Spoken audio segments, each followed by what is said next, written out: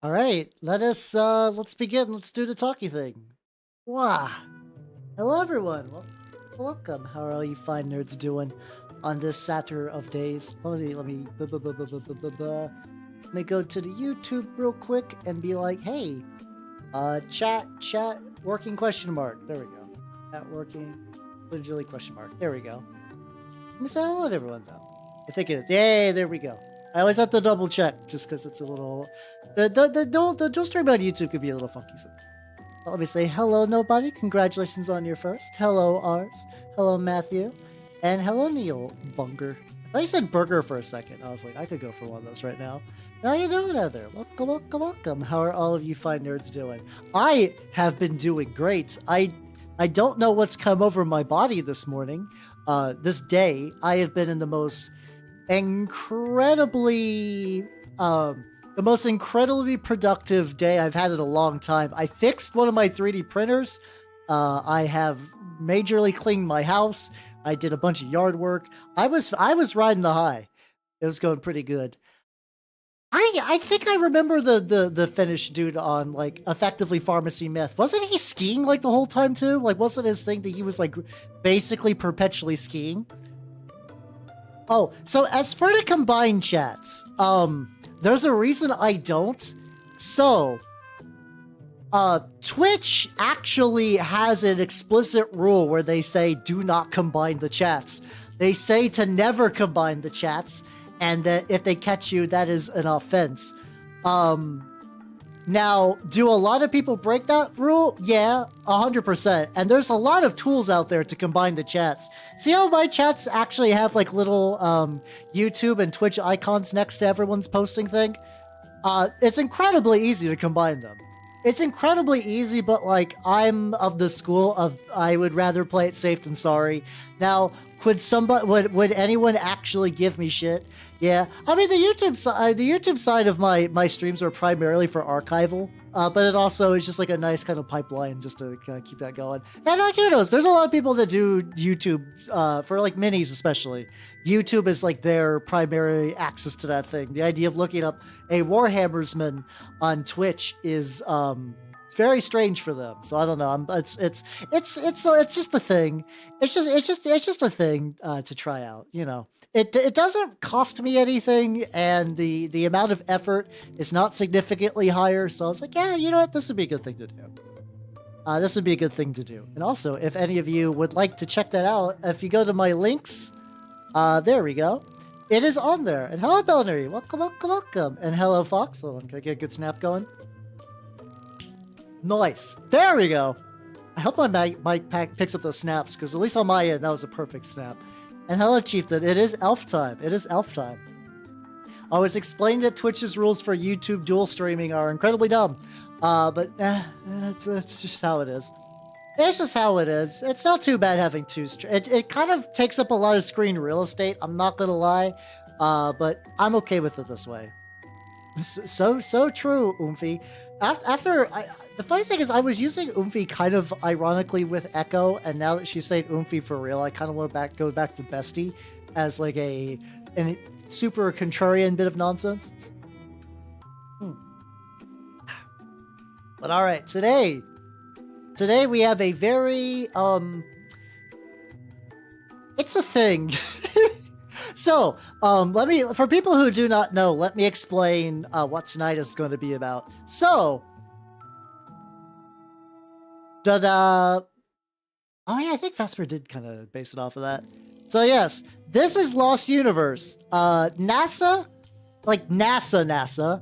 put together a tabletop RPG adventure. Yeah, I mean, vampires are dead to begin with, but I guess he's just double dog dead. So, NASA put together an adventure, and I was like, ooh, I'm gonna run that for everybody. And here's the problem. It's bad, but not in a fun way. It's bad is it like to kind of going back to like when I do like the movie nights. Like for me, I still think it's interesting to talk about, like which is why I still want to go over it. But the way they fuck up is actually like very strange. But yeah, let's see. Like, yeah, here we go. We'll go like here's like the fantasy movie night list. And if you'd like to get in on that shit, once again, we do that in the Discord. But like, you'll notice that like the worst is the worst category. Yeah, no surprises there. But you'll notice that like after everything else, after Total Mess, Bean Softcore Porn, Dumb But Fun, I think is pretty self-explanatory, is boring. For me, something that is like the squandered premise is what really gets me. Because NASA sat down and wrote one of the most bonkers fucking premises for an adventure I've ever seen. And then proceeded to actually make the adventure a linear series of nothing.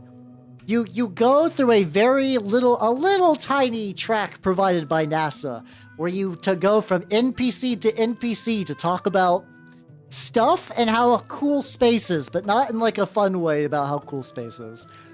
Which is disappointing. I thought this was going to be rad as shit, or like wild as shit, because like the opening, I went on. I talked about this a little bit, and you'll be like, oh wow, there's like 40 some pages. I want to skip just to the very end. This will ruin nothing.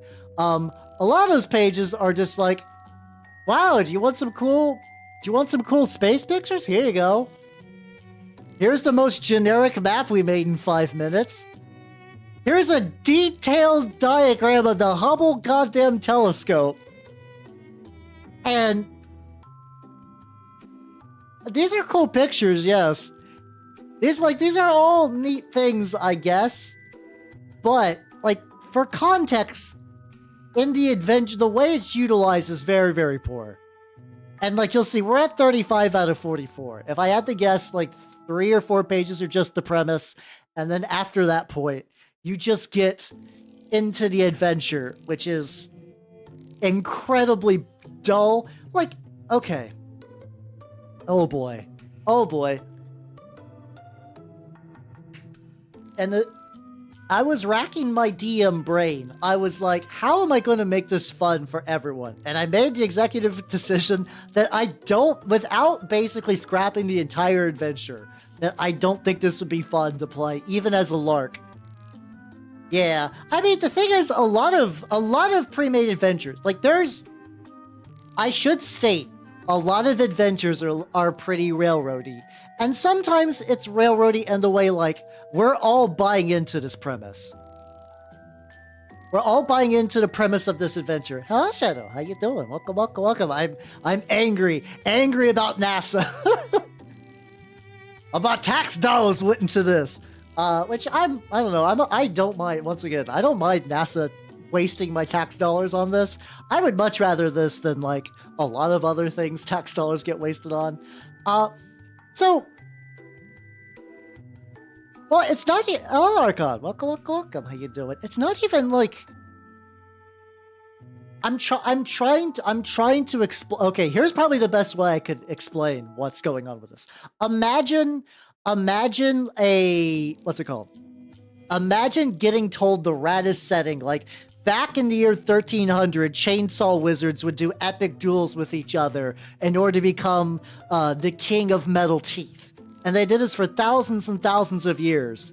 Then one day you get isekai'd into that world, but it's like way later, and then you just learn about how cool being a lumberjack is. And you talk to 3 lumberjacks in a row, and then you get put into a little encampment. They're like, I don't know, maybe stab a goblin. Hello, Mina Heart. Welcome, welcome, welcome. How you doing? How you doing? Oh, yeah, exactly. Like how much are ICBMs? I know they're expensive. Cost. How much is the IC? Probably 162 million. Yeah, that would make a real big tabletop RPG. Eat your heart out, D&D. But so I'm gonna go over this. A bit, and also because I was like, this is a little disappointing. In premise, I do have some on-theme cheese from 2006. We got Dragon Magazine, issue 340, which is all about astrological signs and the sun and moon and things from space. and you got a lady who's belly out summoning an energy dragon because that's just what they did back in the day. And I don't know if we'll get through all of this. There's also this one as well, which is an even older one from 2001, which is, I think that's a Planetar. I'm a little rusty on my D&D Angels, it turns out, because I don't play D&D as much anymore, which is fine. That's just how it be. That's just how it be on this bitch of an earth. But rearrange some menus. But yeah, let's go to the NASA ones. The thing is, I'm pretty sure Helldivers the TRPG is just only war, the 40k RPG. I think you just do only war, but you just only fight Necrons and Tyranids. I think you could easily do that. I mean, Muscle Girls have been a weirdly Muscle Girls have been around forever, but I think it's always been kind of like, wow, look how muscular that lady is. Isn't that fucked up? But now we're like, now there's people like, ugh, muscle mommy, step on me. Oh, it's like, oh, you people are funny. It's funny how that changes. I don't, the thing is, a lot of flat earth stuff, even for like conspiracy theory nonsense, is very boring to me. Because it's just a lot of people angry about like very provable facts. Like, I love a wild conspiracy theory, but flat earth stuff is just does not have the joy in it. Yeah, a lot of people want death by Snoo Snoo. So, listen. I have to imagine that there was a 13-year-old boy out there who got this issue, and that was his first boner, and it set something off deep inside of him. But that's not the point. What's up, Enigmas? Welcome. Yeah, I guess it's probably true that like they've been around, because like, even a lot of like fetish stuff used to be kind of contained within forums. Like you're like, oh yes, I'm the guy that likes latex. I gotta go to the latex forums and I can never tell anybody. And now you got people on Twitter just like, yeah, put myself in a suit, fuck yeah. And it's like, okay, that's funny how that's turned out. It's just like an interesting development. All right, so we're gonna start with this one. This is gonna be very loosey goose. Which I think I said it a lot because usually these kind of tabletop Zatsudans are, but that's fine. Once again, the premise of this setting is fucking insane. Hello, how you doing? We're gonna get to the wild ass premise. And it's like, basically they're like, yeah, you could run this as like a 4-level adventure. So I'm not gonna read over this early part, but the funny thing, effectively what they mentioned is that this game is strongly made for D&D. Like, they really want this to be D&D. They like, cause like, but they don't commit, which is odd. Like, you would almost make sense for them to be like, yeah, this is a 5th edition product. I bet they could ring up Wizards of the Coast even and be like, this is good publicity money. Just let us make this with D&D branding. And Wizards of the Coast should be like, oh shit, we need some bit of the public to like us. Like, this is weird where I find it odd that they don't commit. Usually I would be against this. I'm puzzled based on the way they did it. Oh, Fred, how you doing? Also, bye. Bye. But, okay. We're gonna get, but yeah, so whenever it says an adventure for level 4 to 7, level 7 through 10 characters, the reason for that is incredibly paper thin. There's really not a lot of meat to this adventure. Like I said, it's very railroady and it's very NPC focused. I guess it's not in their budget, but by the same token, like, if this was like, it's one of those things is I don't know if this was a passion project or like, have you guys know the like, how do you do fellow kids thing? It feels like it was written like that in a way that like, for comparison, for some reason, like when I think of just hideously blatant shill advertising, nonsense. Oh, hold on, we got an ad break. There we go. I was trying to bait that out.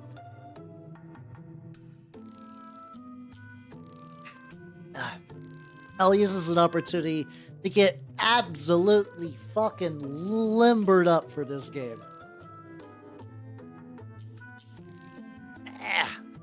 I'm getting crushed between buttons. That's true. I mean, it's not my thing, but a lot of people like that. And then hello this mayor. Let's get a snap going. Hold on. But nice. There we go. How you doing? How you doing?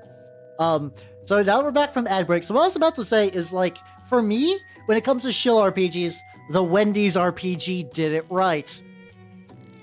Like, the Wendy's RPG had, like, a whole-ass campaign baked in. It was, like, 200 and some pages long.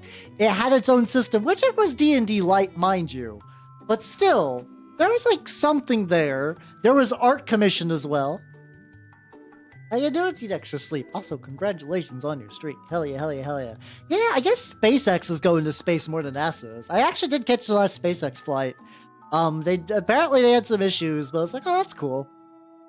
Because it's rough getting off vacation. Like, I find that if I vacation for even a couple of days, my neat tendencies begin to grow back. Like, I feel like there's always going to be a part of my soul that feels like the grip of neathood take over. Which for people who are not terminally weebraid is just a way of saying, like, I basically, if not compelled by something, I will just revert to, like, a shut-in that just does nothing but sleep all day and play video, which I've done a good job of breaking away from. But every time I vacation and I'm not, like, going anywhere, I feel that creep back into my soul.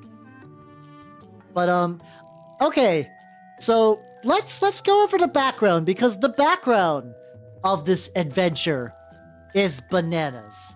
It is absolutely fucking wild. I mean, no, staycations are great, but yes, also what nobody's saying as well. How do you play Duel Masters? I don't know. So I'm not the greatest at Yu-Gi-Oh! Master Duel, I think, is like a relatively free way to. Oh no, there's like Spell Book or something like that, or like Edo Pro. I don't know. The unofficial fan clients are around there. I'm not the best person to ask about Yu-Gi-Oh! Though. Hello, Jack Ma. How you doing? Welcome, welcome, welcome. How you doing? All right, I'm gonna pause the music because it is wild, and I need just to read. I'm basically going to read verbatim the adventure background, because like I said, it's fucking bananas. And it's so fucking bananas it makes me upset that the adventure is so fucking mundane. But yeah, I don't, when it comes to Yu-Gi-Oh!, I don't know what's like the best way to dip your toes in, but I would say maybe just finding like one of maybe fuck around Master Duel might not be bad. Anyway, okay, here we go. And once again, this is probably where most, like, this is also where it feels like this is probably somebody at NASA's like homebrew setting that they run adventures in during lunch breaks, which is wild. I think if you can get most of the Monarch stuff for pretty cheap. Anyway. In an age 400 years past, a planet called Xlaris orbited comfortably in its star's habitable zone.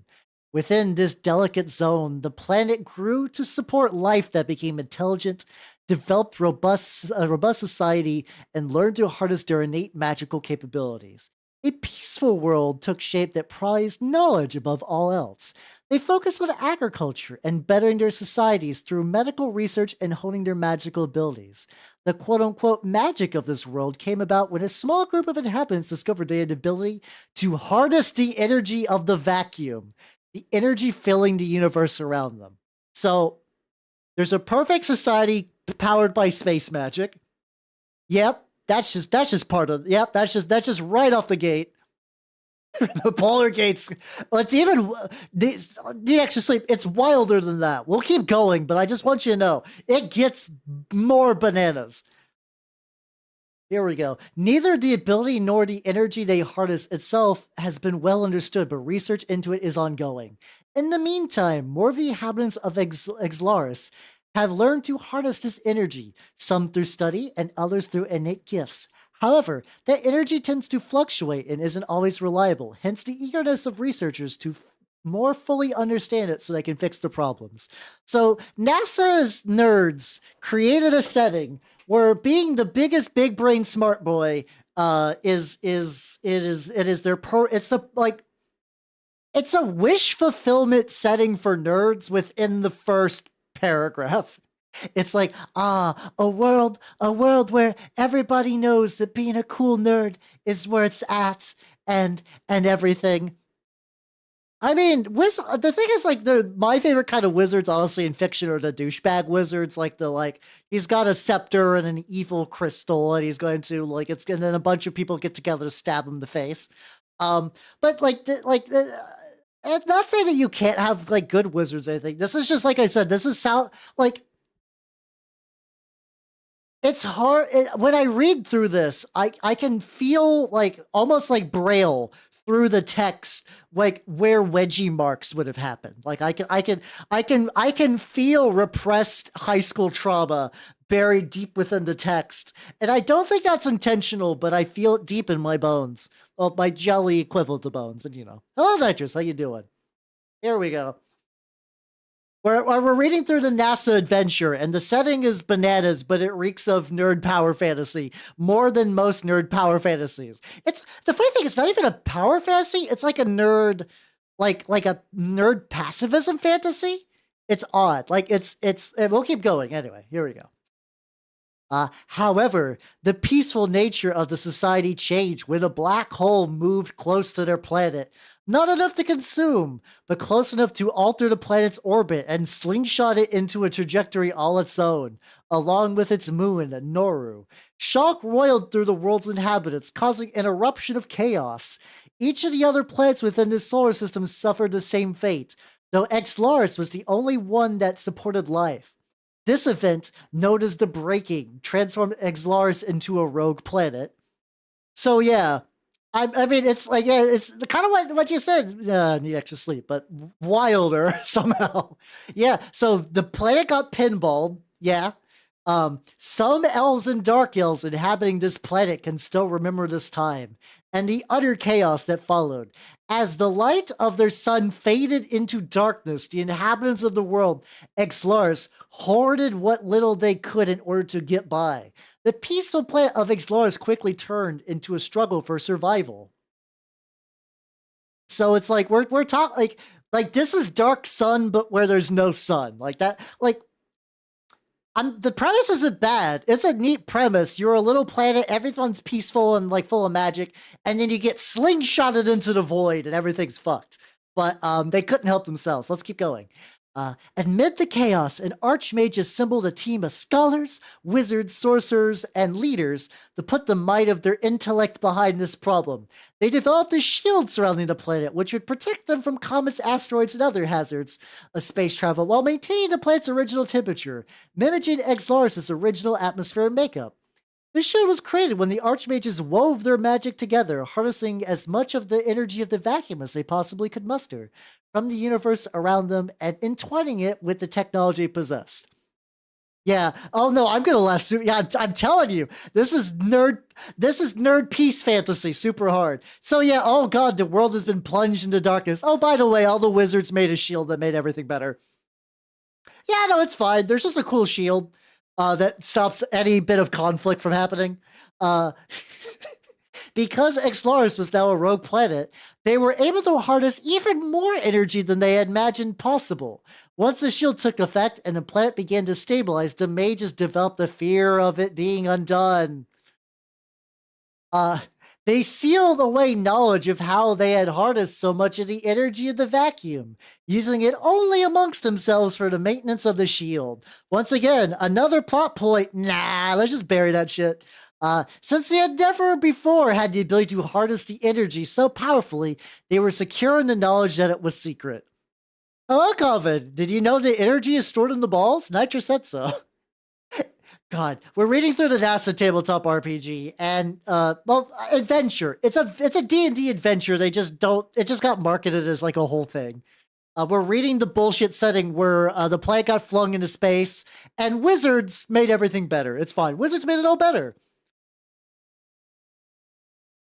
There we go. Within cities, they created lamps using the same energy and technology that they had for the shield. Though far less powerful than the shield, these lamps could mimic the day and night cycles they had while orbiting their sun. And farmers were given extra powerful lamps that they could grow crops healthy in order to keep the populace fed. Although much of the planet remained in perpetual night, society began to rebuild itself and peace returned to the planet. So, hey, you know this adventure? You know this adventure you're going to run for your players? All the problems got fixed before they got there. It's fine. It's fine. Don't worry about it. Oh no, what's this?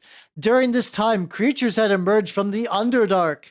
Once driven into shadow by an aversion to the light, they now walked freely. Oh no, is that conflict in my adventure? Whatever will the wizards do? In the wake of the breaking, a new chapter began. The studious ones who saved the Exlari were elevated to leadership position roles and rebuilt society on the principle of keeping information open and accessible. A tradition that continues today. Hey, you know that conflict? Don't worry about it. Nerds rule society now. Although some people prefer to wander in bands separate from society, most settled back into peace and routine. Exlaris was forever changed, and they had a new focus on their academic interests. The cosmos around them. It won't stop. We got more paragraphs. Every time they introduce any amount of danger or excitement, they either ignore it or they're like, but then the nerd god wizards fixed it and everything was fine. Yay! Please give us funding. This is what they make. Somebody give NASA funding so they can hire writers, I swear to God. In this century, by the way, it's been centuries since this happened. This World Society of the Study of the Cosmos took the shape and honed a focus on studying other worlds like itself, rogue planets, and had a special interest in black holes and the energy of the vacuum. In recent years, a mage named Aldastron, Eric Hazen, developed a spell that allows him to connect with Earth in a way that allows for more than just observations about the planet. Its civilization and how it moves into its solar system. We're about to get even more wild, so strap the fuck in. Hello, Derp. How you doing? Eric linked to the Hubble Space Telescope after learning of its observations that have propelled the understanding of black holes and dark energy, similar to the energy of the vacuum on Earth, and copied data that he and other researchers use to help decode some of the mysteries of their own planet and further drive new areas of research. Unknown to them, this drew the attention of a young dragon, Isilius, who stole the spell Eric created, as well as Eric himself and his fellow researchers, in order to seal Hubble itself so Isilius alone could possess its knowledge. Yeah, no, don't do that, Nitrous. You will die.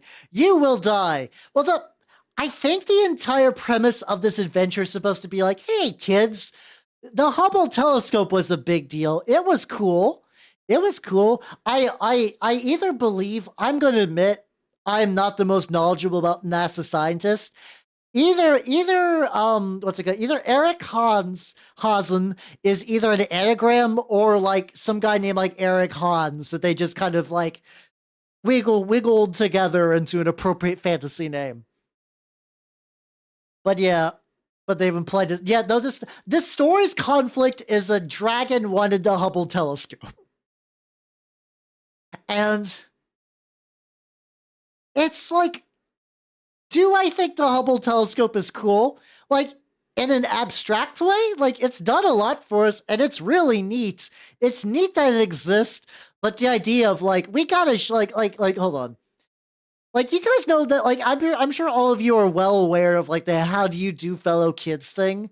It feels like it was a how do you do fellow kids made to get children, or what they considered, like, teenagers and young adults to be really, really into the Hubble telescope. But, like, it's written by people who are aware D&D is a thing, but they don't get D&D, if that makes any sense. Like, they get that, like, yeah, there's dragons and fantasy and magic, but they don't quite understand how the pieces fit together, if that makes any sense. It's so much yes, much background, such conflict, exactly. How are you doing, Aosh? I paint, what does Hal do? I paint rats, which this summer, boy, how they will. Also, I'll test my echo. Well, no, there's a reason why we won't build another one. Here's the thing. Once again, the adventure itself is incredibly mundane, but the way they get to the mundane adventure is bananas. We have not even gotten to the most bananas part. And I talked about how a planet got shot into the fucking galaxy, and wizards made everything better. Okay. So I'm not going to read this next paragraph because they're just naming names. Aldastron, Sarthelios, Besca Perea, Paleradion, and Architectnum. They're just naming cities. These are just cities based on, like, hey, these cities are like, they just name cities based on, like, aerospace concepts, but they don't matter. None of this shit matters. Everything only takes place in that first one. Yeah, oh, like a single liberal arts major would have been, yeah, or just hire a D&D writer, or hire an 18-year-old who's played D&D once. I swear to God, anything. Anyway. Oh, they also mentioned that basically, like, hey, you know, the wilds are that would have been at least something. So they basically say, or they should just sit. The thing is, I bet they ran through this adventure and they're all like, you know, we did a pretty good job. Like, yeah, we did a pretty good job at this. Like, it's like I'm putting on my stereotypical nerd voice, because it feels like that. Also, another thing. Hey, by the way, you know, there's all these cities. You know how they said that there was like monsters from the Underdark that are just on the surface? You know how they implied that, like, yeah, mind flayers could have moved from the Underdark to the surface? Don't worry, everything's connected by portals. You know, all the cities are connected by portals. You don't even have to go outside in the dark wastes. Just portals. There's just portals there. Tension? What is that? And then they kind of do like, hey, you know, all the different D&D races live together, and everyone's cool, and everyone's got dark vision. You know, orcs and goblins and tieflings and halflings and humans. We're fine. Where we live in like a idealized fantasy society where everyone gets together and holds hands and talks about how much they love science. Which, fine, whatever. Okay, let me put the music back. No, I'm gonna keep reading. I'm gonna put the music back on just a little bit. At least an Aperture Science one would have conflict. There's zero conflict. Anyway, the civilization of this planet recognizes academics as their primary leaders. Those who devote themselves to study, such as wizards, are shown a special respect, and it's considered their responsibility to help better society with support from law. Within every major city is a major research center specializing in that city's area of focus, as well as a university with a more broad curriculum. Even though societal well-being is prized, there is still an underground criminal community. Oh no! The players will have the opportunity to interact with all these aspects. Wow. So they basically say, like, the thing is, I think once again that they were like, oh shit, we made a society without conflict. We made our nerd utopia. I don't know, crime is there. The game will open players entering the city of Aldraston through a portal. They just teleported. As the players explore the town, they can interact with places. There's a tavern called the Horsehead Tavern, which is the laziest tavern name I've ever heard. So yeah. More or less what they say is like, this game is basically like a straight line, but it starts out with a fork. Do you talk to the guards or do you talk to the tavern to set you on your great adventure? That's really about that. Researchers have gone missing and that shit's kind of weird because everything is super peaceful and there's no problems.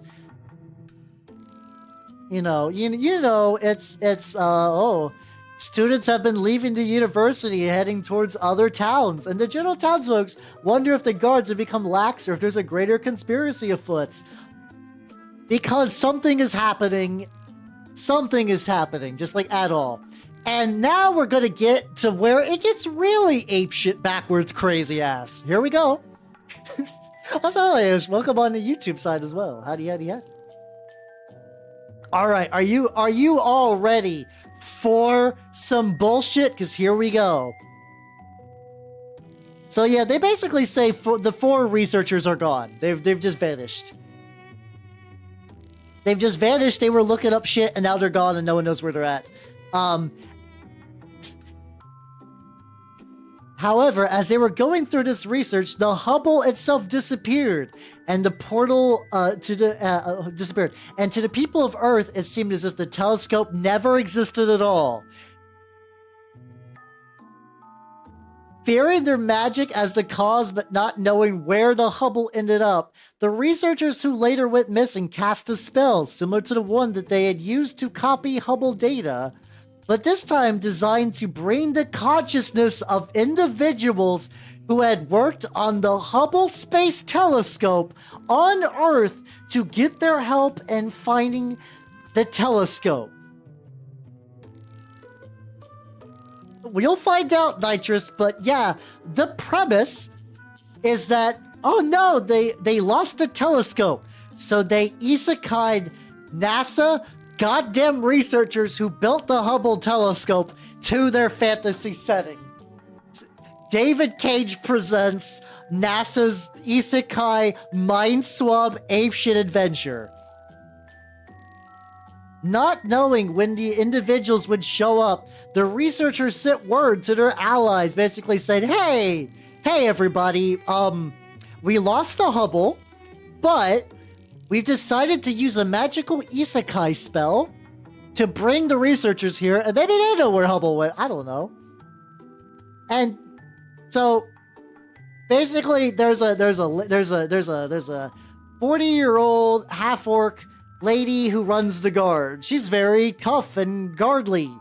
There's Morgan Sherry, a 50-year-old human person who loves space and they're very sciencey.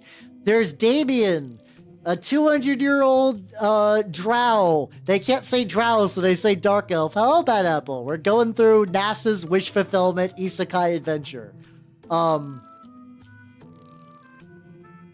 Basically, he's like the flirty guy that runs the bar, but not really that flirty because a lot of this adventure is kind of made for nerds that have no inner drive other than doing nerd bullshit. Then the lady who runs the bar, she's just... Every NPC is very old. Every NPC, like... Damien is supposed to be like elf young, but the lady who owns the tavern he works at's old. Morgan's old. The captain of the guard's old. What the dragon? I mean, it's a dragon, but it's a young dragon, but it's still old. A lot of researchers are old. Once again, I think this is an old, out-of-touch nerd fantasy. This might have been a bunch of like old people that really wanted to be cool D&D self-inserts. Hello, Crichton. We're going through this. And like, if you're like, how? Why are you not going through all 60? I have to imagine. Well, hold on. I want to see something. I'm curious if I go like, Telton, there, Dayan.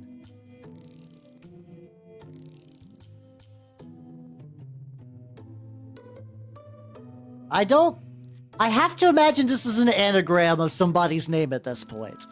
It has to be. Yeah, I'm hip. Like, all of these are all just like, and like, there's not a lot to this adventure, but they spend so much time on NPCs you maybe met once. Also, the weird implication that Feywind can become chaotic evil is very strange, because nobody in this adventure is really much of a person. They're just old nerds all the way down, basically. It's very strange. Okay, here we go. The game will not open on the characters, but on the players themselves on planet Earth. At least one version of Earth. One without the Hubble Space Telescope. Gasp! As you introduce your players to the story, keep in mind that in a different timeline with Hubble, they were all involved in the mission. So, I don't know if the implication is like you basically make your I'm a NASA researcher, OC do not steal, or they really want you to like be like, who was working on the Hubble Space Telescope? And I'm gonna play as them. So, hello, Johnny. Welcome. I will be doing 0 shoutouts. Let me see. The idea of making a NASA OC baffling. It's so strange. Like, here's the thing. I can understand a Sonic OC. I can understand someone making a Persona. I can understand someone making a self-insert My Little Pony OC. I can understand a lot of things. The kind of person who would make a, like, prior to this adventure, the thing is, like, it's like, I guess I don't know what's odder. That you would be like, all right, I'm gonna see who worked on, who worked on the Hubble telescope? Who worked on the Hubble? Once again, I think it's cool, but like, I don't fucking know. All right, let me find a person's name. Let me find someone's name who worked on this. God damn, there we go. Is there just like a list? Is there just like a list of literally anyone? Okay, Lyman Spitzer. Lyman Spitzer is a guy that worked on this. Or here we go. You also got Nancy Grace Roman. You got two people. We got an old guy and an old lady. Would somebody be like, yes, I am going to play Nancy Grace Roman, who gets isekai'd into a fucking half-orc barbarian?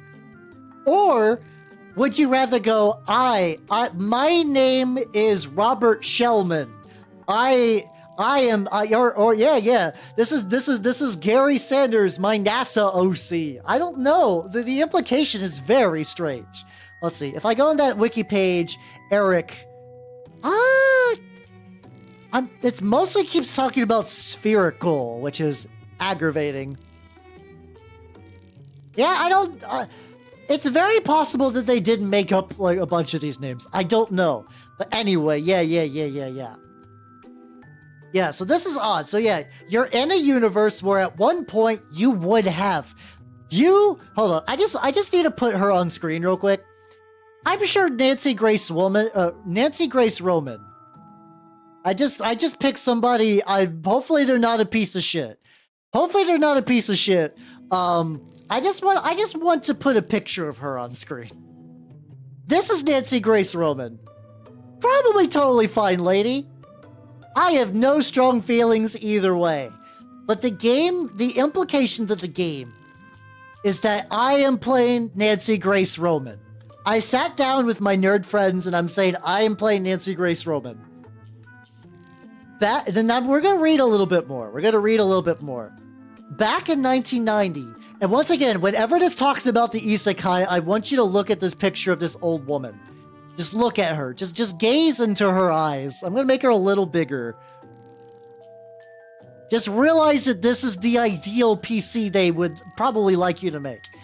Back in 1990, NASA launched a revolutionary new telescope called the Hubble Space Telescope into low Earth orbit.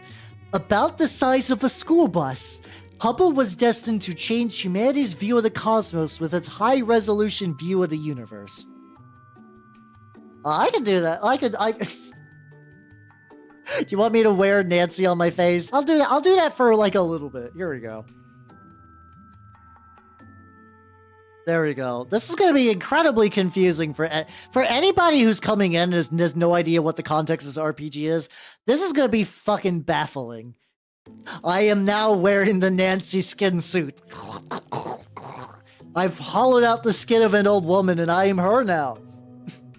By placing the telescope above Earth's murky atmosphere, it would be able to observe space without any interference from clouds, light pollution, or atmospheric distortions. Hubble's vision sees beyond what the human eye can, extending into ultraviolet and near-infrared ranges. The place and design of this telescope would revolutionize our understanding of the cosmos, launching an era. Yeah, NASA's cool. We get it. NASA's very cool. But did Stephen Hawking work on the Hubble? That would be rad. Stephen Hawking isekai. How you doing, Kuroji? How you doing? Welcome. I did. Thank you for noticing. Yes, the idea of like we're basically doing Stephen Hawking's presents Fate Stay Night. Yes, Nancy Grace Roman. She is my favorite. Let's say berserker. Let's say Nancy. She's got the eyes of a berserker. I feel it. But here we go. Oh no, I gotta cut the music because this next bit is gonna be really, really somber. Everybody, Stephen Hawking writer. Why did I think of that? It's so obvious. Anyway, I'm upset. I'm upset that I, the internet funny man, did not think of that.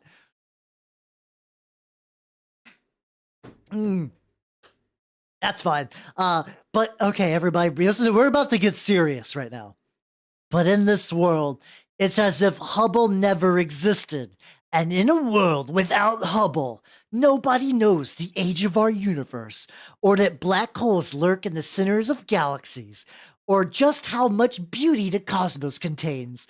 Without Hubble, there is also no James Webb Space Telescope. Gasp, I say. Without the critical experience of servicing missions completed by astronaut in space, the International Space Station also never happened. Gasp. Oh God. You and your friends worked at NASA's Goddard Space Flight Center in Greenbelt, Maryland. Your jobs are exciting and fulfilling, and you discover more about your planet and universe every day. But you can never shake the feeling that something big is missing. A subtle ache lives in your mind, insisting that you're forgetting something, but it's always just out of reach. The more you try to remember, the worse the pain goes. Oh no, whatever will we, as Nancy Grace Roman, do? It's a mild shock indeed. Each of you experiences feeling, but lately it's impossible to ignore. You suggest a group walk around Goddard's campus to clear your heads. But as you wander around the buildings, your head begins to hurt and the exhaustion becomes overwhelming. It's almost like you're dozing off, but suddenly you realize it's not the case. Suddenly, the hair stands on your neck. That's not true. Nancy does not have any hair remaining on her neck. And you're pulled into darkness. Sometimes grandmas are fuzzy. I don't know.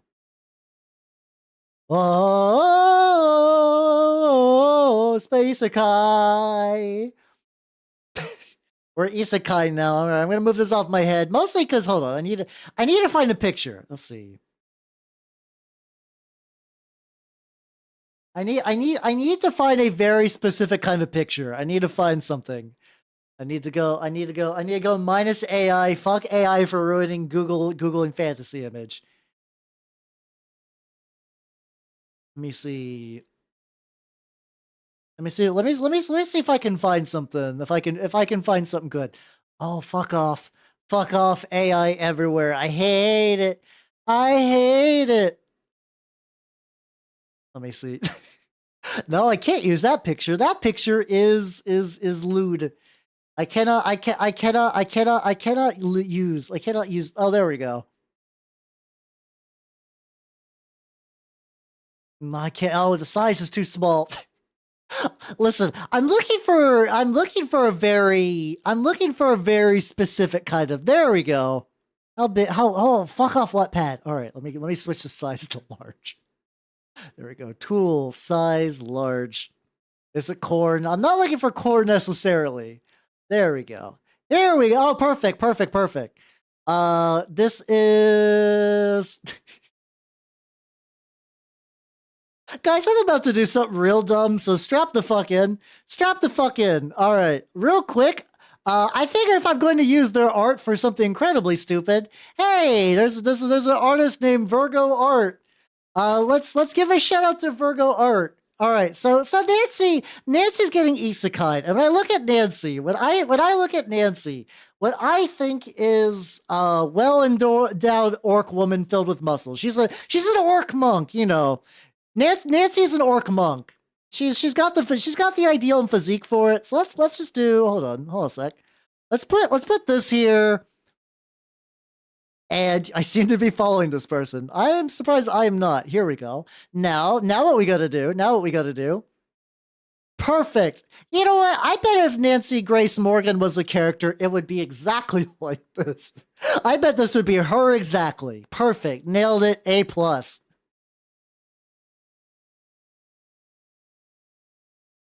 Let me see. We gotta give her a title. We gotta give her a title. Let's see. Nancy. Nancy Grace. Row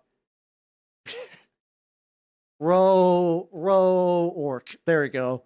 she's no longer row man. She is now row orc. Perfect. That's about the level of creativity this game put together. I will not think of a better name for her. I feel obligated to not get a better name for my NASA soda, which is Nancy Grace row orc now. Oh god, hold on. Control Z. I shrunk that too much.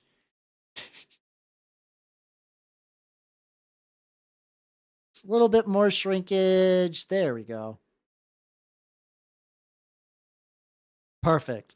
All right, this is our theoretical character. NASA themselves wanted us to play this. Here you go, NASA. Anyway, part 1, the adventure begins. And so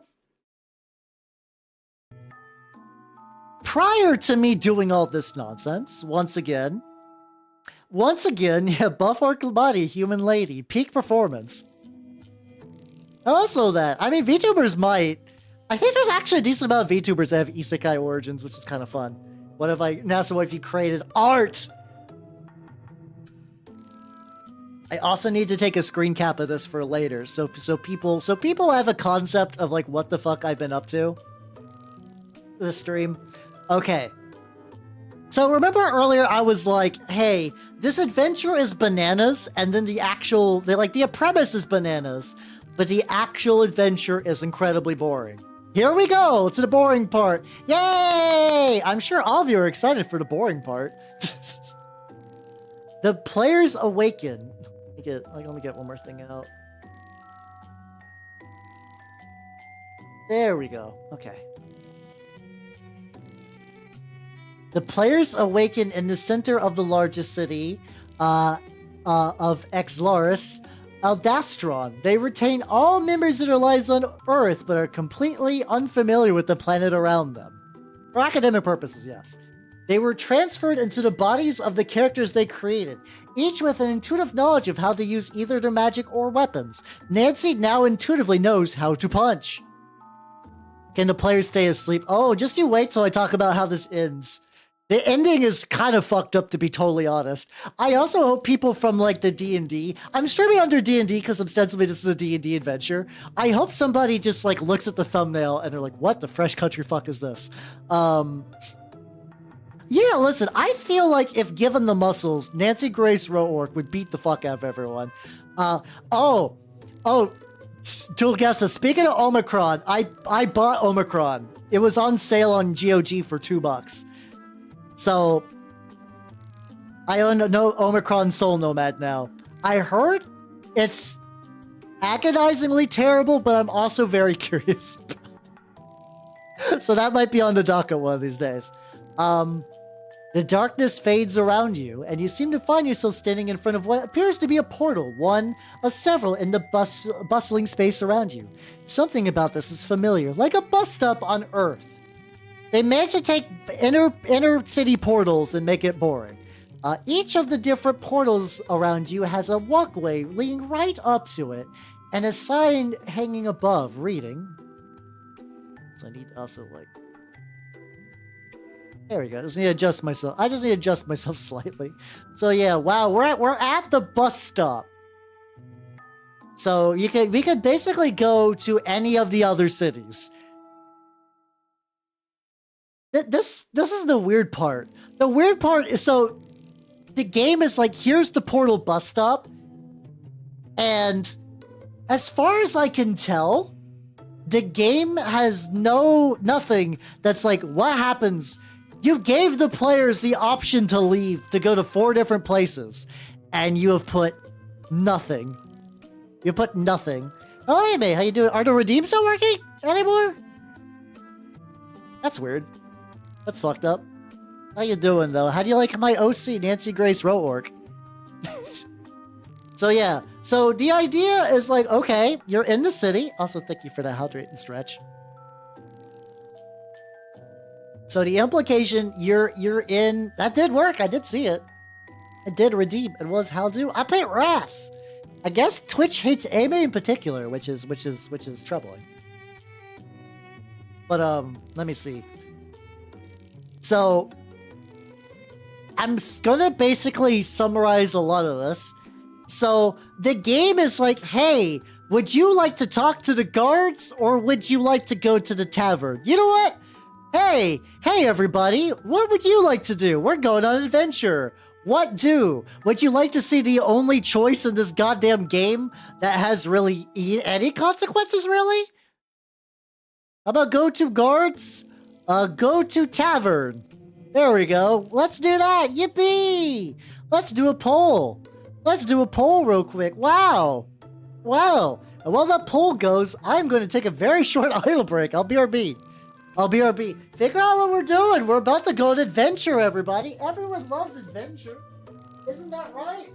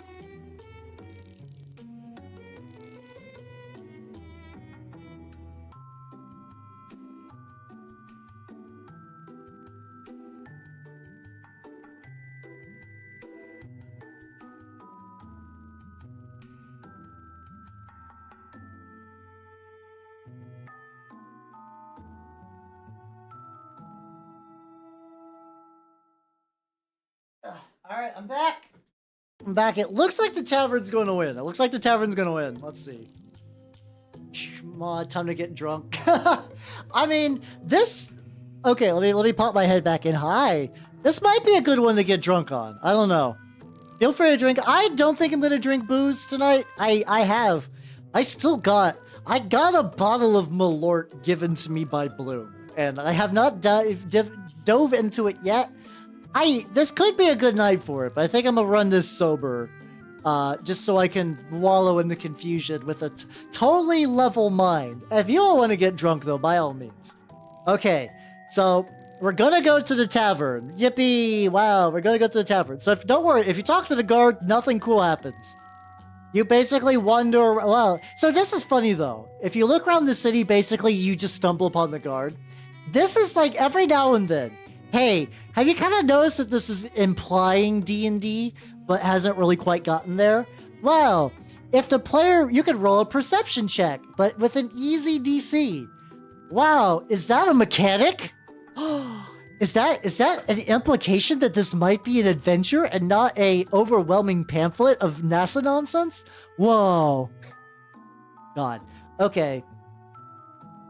So yeah, we're gonna skip over all the guard bullshit and we're gonna go to the tavern. Yay! Here we go. Here you go. As you walk along what looks to be the main street, you come upon what appears to be a tavern. The sign hanging over the door reads Horsehead Tavern. Guys, as a GM, It's a lot of times when you have to make up like a location name, like a bar or a town. Sometimes the name you put in is just kind of whatever. But can I say, there's something about naming the tavern the Horsehead, which is incredibly, I don't know, it feels soulless almost. Like, it feels...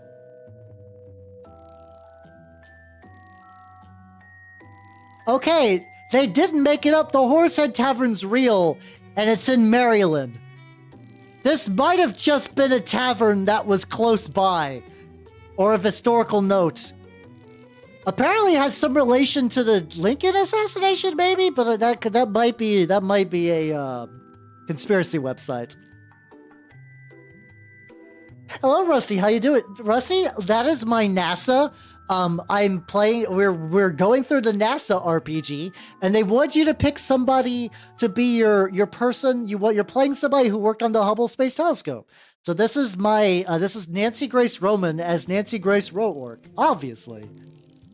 Yeah, I feel like it's incredibly lazy. It's incredibly lazy. Like if they would have made it up, that would be lazy. But like, whatever. Wow. The exterior looks well kept, though it has been here for a while. So you go into the tavern, whatever. There's a brawl. Why do you try to say, no, it's ghosts from old Markshana making our researchers disappear? Well, that's nonsense. What really happened was the criminal underbelly of this city get out of control. Rampant kidnappings is what it is. You see how ineffective the guard are? It could also be the Horsehead Nebula, but there's also, like, there's like a tavern in like the same state, so it could, either way, it's bad. No matter what, it's bad. It's bad all the way. No, the city keeps sending the guard inside the city, keeps sending the guard outside the city. That's where the trouble is, I'll bet my nose. God. At those words, the gnomish individual, jumps on the table to punch the human who criticized the guard. Whoa! Conflict! Wow!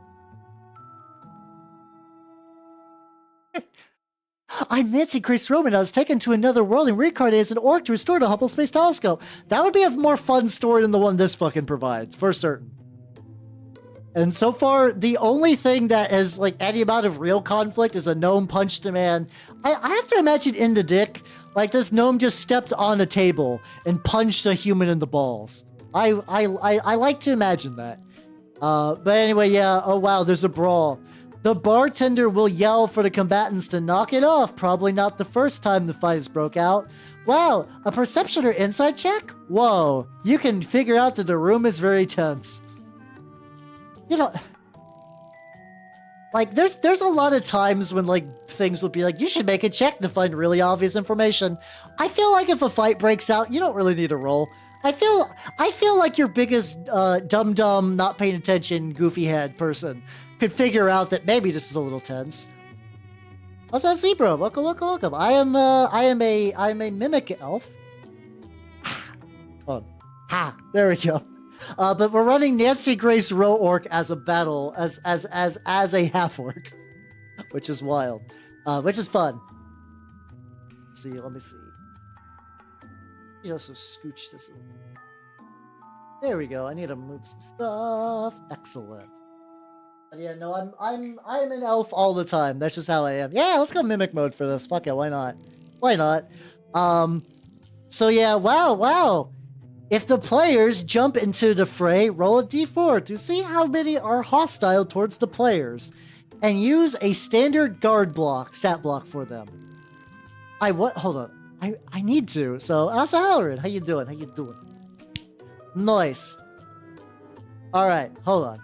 So, I just want to say, let's go back to, like, earlier on. The adventure is, like, the players should be level 7 to 10. And they're like, yeah, you know, just use standard guards. Use standard guards for the tavern brawl. Like, I'm not the most familiar with D&D 5e at this point. But, like, a level 7 PC will absolutely obliterate a guard. You shouldn't even have stats. You say the players beat the fuck out of them. It would have been less work. Well, don't worry. I'm sure Nancy Grace Rowork's huge muscular green tits will make you feel better. Yeah, we're playing. Yeah. Which slur is Nancy gonna?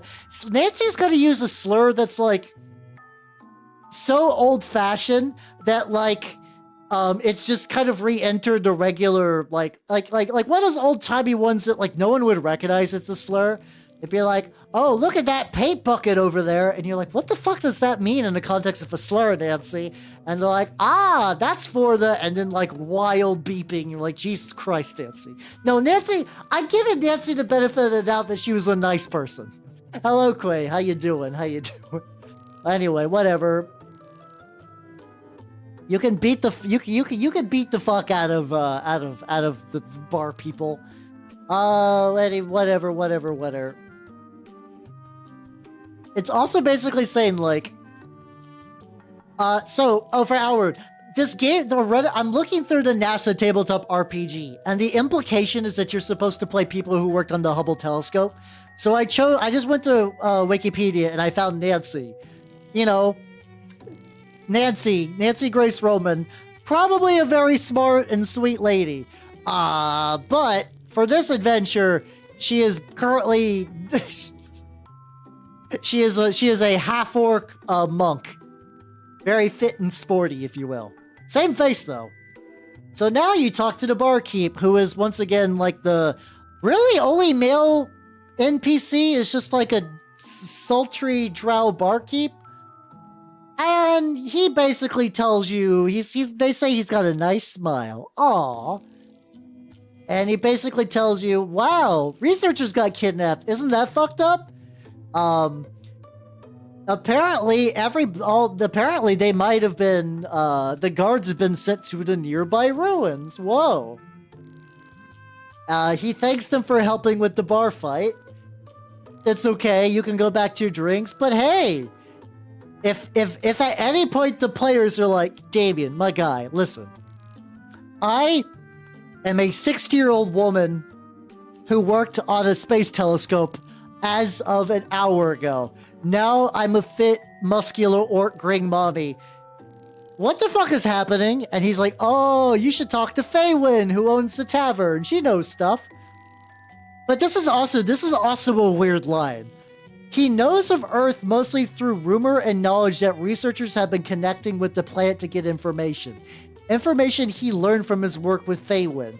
So the implication that, like, Earth is, like, not common knowledge, but it's possible for a barkeep to be like, oh yeah, Earth. I know of Earth, strange, confused green woman. Here, let me tell you to my boss. God, this fucking... Once again, the ideas of this adventure are bananas. But the way they go about it is so incredibly mundane and boring, it boggles my mind. Anyway, he's going to introduce you to his boss, who is a lady much older and smarter than him. Like every lady in this. This is also like a lot of cavalcade of wizened older women and then Damien, which I find very funny. I think one of the people's non-binary, but Damien's a designated man slut in this adventure. See, that's the thing that when something is done so ass backwards like this, it intrigues me and confuses my brain at the same time. Like, earlier they're talking about how the planet is covered with a shield that provides light and stops the universe from throwing meteorites into it. The Underdark denizens are on the surface. There could be a goddamn empire of mind flayers on the surface. There's nothing stopping them. The sun no longer exists. But you're just talking to a barkeep about the goddamn Hubble telescope. They made a wild premise and they did nothing with it. It's driving me crazy. Anyway, he takes you back to his boss, who's an older, more wise elf lady with long, beautiful blonde hair. Thank you, Damien. That will be all for now. She dismisses him with a casual wave of the hand. He nods and closes the door out from behind him. He is no longer relevant to this adventure. Failwin's eyes. These are also the most, like... I don't know why. The idea... All the names, for some reason, they feel baby's first fantasy names, and it makes me smile. She's all smirky now. There we go. Exactly, Howard. You get it. You get why this is driving me nuts. Oh, you certainly aren't from around here, are you? Jumping planes takes powerful magic, but transferring consciousness, well, that is something else entirely. I presume you're the ones who've been waiting on from Earth? Yeah, you could have... You know what's a really weird implication? That if you ran this game as Jack Black's mom... Okay.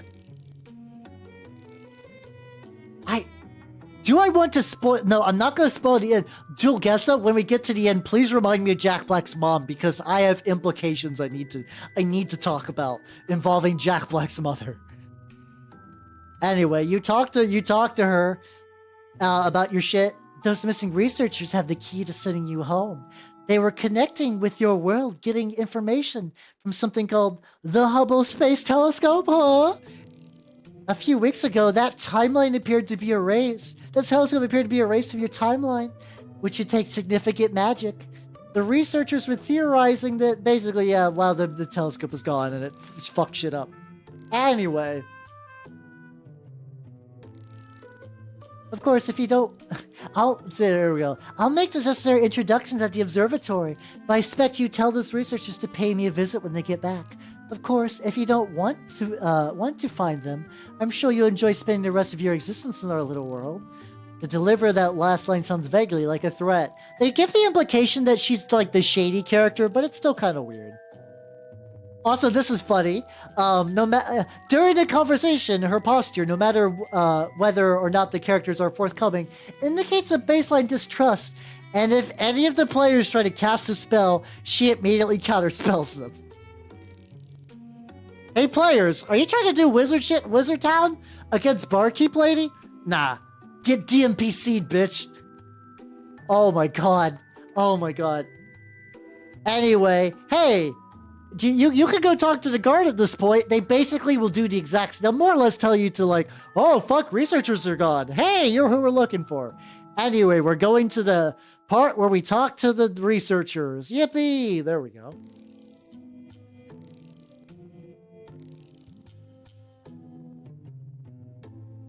So you go to the fancy space museum.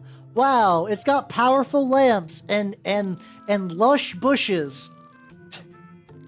They find the observatory, whatever. The stuff happens. By stuff happens, I mean literally nothing happens. Just go to the researcher. Go talk to the researcher. It's fine. As you enter the office, you can see it's an extension of the library you just walked through. Books crowding the shelves on every wall. You see a single figure. It's all human with long hair, gray streaks running through it, on top of a ladder.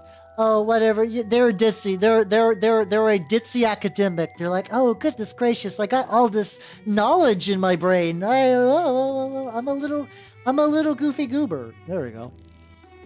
You'll find out, Tulgeza. You'll find out. You will find the fuck out. Yeah, the thing is, NPCs in this game, they give you, like, a decent amount of info on them. Like, they give you a lot of, like, paragraphs. That doesn't mean anything, because they're mostly here to dispense nonsense. Okay. So, basically you talk about, like, wow, the Hubble's gone, isn't that shit fucked up? Also, they give you tea and cookies, because, you know... Old person who loves playing a kooky old person. There we go. Then we talk about how the Hubble telescope got missing. Of course, Eric was mortified when Hubble went missing in your timeline. Such a terrible loss for your world. Though it may be his fault, but I no longer think that's the case. He suspected it ended up somewhere in our world, which is why he sent for all of you. I'm sorry, it was such a shock for all of you, but you all knew the telescope so well, we thought that you may be able to find it. You know, you're researchers. Maybe you could find the telescope. If it was our fault, you have our sincerest apologies. So then you're like, this is so. Use this text when your players ask about what the researchers were studying. Oh boy. Hey, everybody. Hold on. I'm going to pause the music. Are you ready for the NASA text dump about, whoa, space? Straightening their glasses. I believe I have some papers. Oh, hold on. We're about to get to an ad.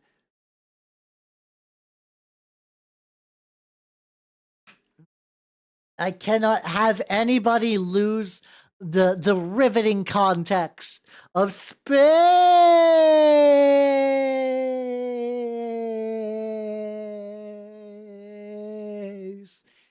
Oh, Dunkin' Donuts sounds good right now. Honestly, I could go. I could go for a Really, I'm not picky though. I could just go for a breakfast sandwich at basically any time. There we go. All right. We're back from ads. Maybe. Hopefully, all of you have been freed from the whack ass ad prison. Also, Quay, fuck yeah, on the streak. Let's go. All right. So they look around through the research. Whoa, the researchers have been connecting. Basically, they just said that they've been using Hubble to advance their own research. There we go. Here we are. A great deal of information is here, obvious and not so. But. Oh God, the researcher. Okay. The researcher had been studying how the energy of the vacuum may be the cause behind the quickening expansion of the universe. That's why he had been connecting with Earth in hopes that you may know more than we do. He thought that might shed some light as to why our magic doesn't always go exactly as we would intend. This energy, you see, it isn't always the most stable to tap into. He thought that by looking into this particular phenomenon, globular clusters, he may be able to pick up some information. This particular projection has been altered in some way. The coloring is different from when I last saw it. It was more red when I last saw it, or was it bluer? The thing changes so often, it's hard to keep track. At any rate, whatever. So you got a knob that turns things from red to blue.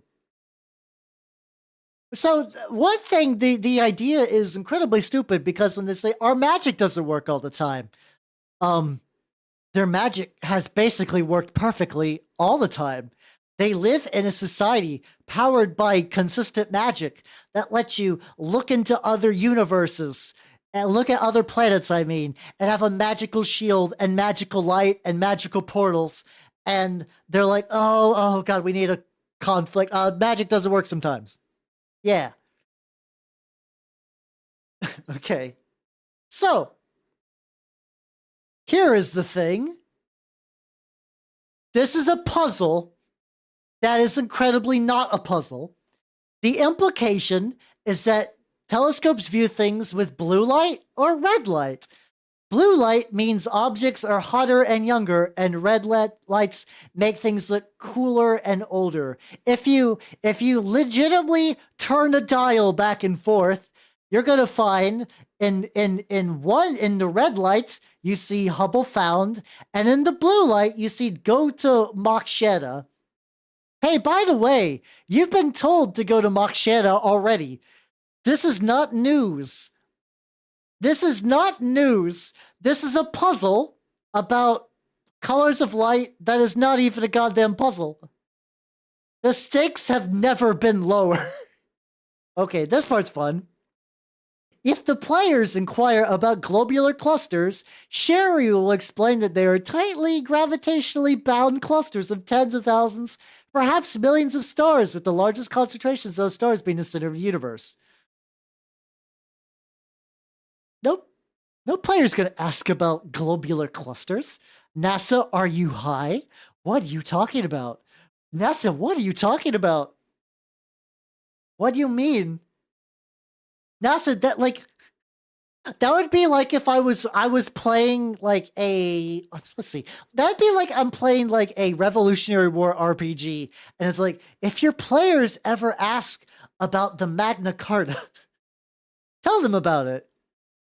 How you doing, Hellcat? We're just okay. We're going directly to D. No, that was a bad example. That example didn't really work. But it would. I'm trying to. It would be like if you were talking to Benjamin Franklin, and then you got into real deep in the weeds about some like political nonsense that no sane player would ever ask.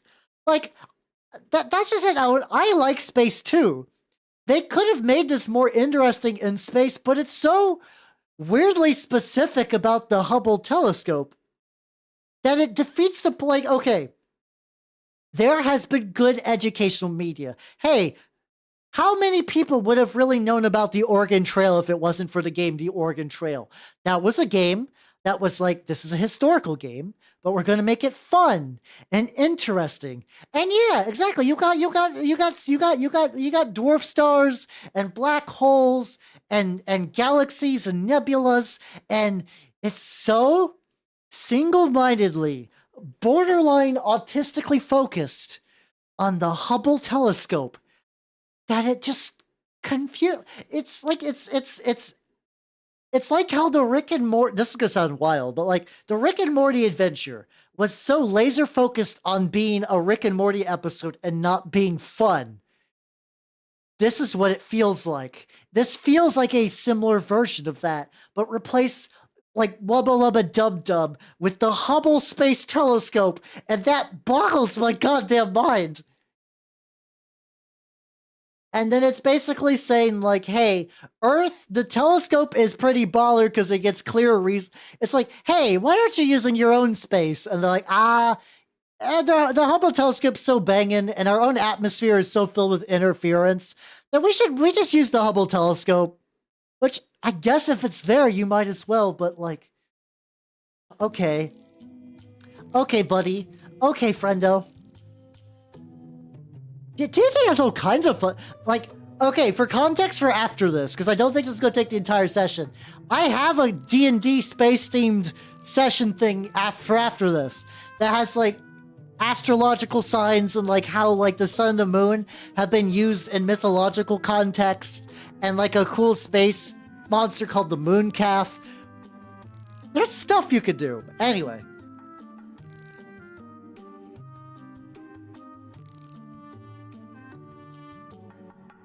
And it's just basically saying the Earth is like a cool place to study, whatever. So if you solve the puzzle, but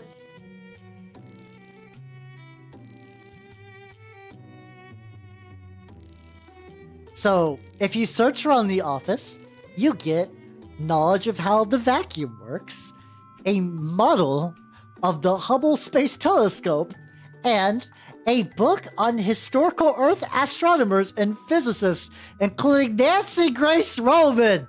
Yippee! Lyman Spitzer and Edwin Hubble. I wonder if the implication is like, did they really want these three to be like your NASA Sonas? That you would sit down in advance and somebody from NASA who is running this adventure in a trip, like a bunch of students go to explore NASA, like a little NASA thing. NASA unironically made this. NASA unironically made this. Is the implication that they would sit down with a pre-made character sheet that says Nancy Grace Roman, Alrude. We're on page 22. It has NASA at the top. NASA's tabletop role-playing game. A game that I downloaded from NASA's website. I cannot make this shit up.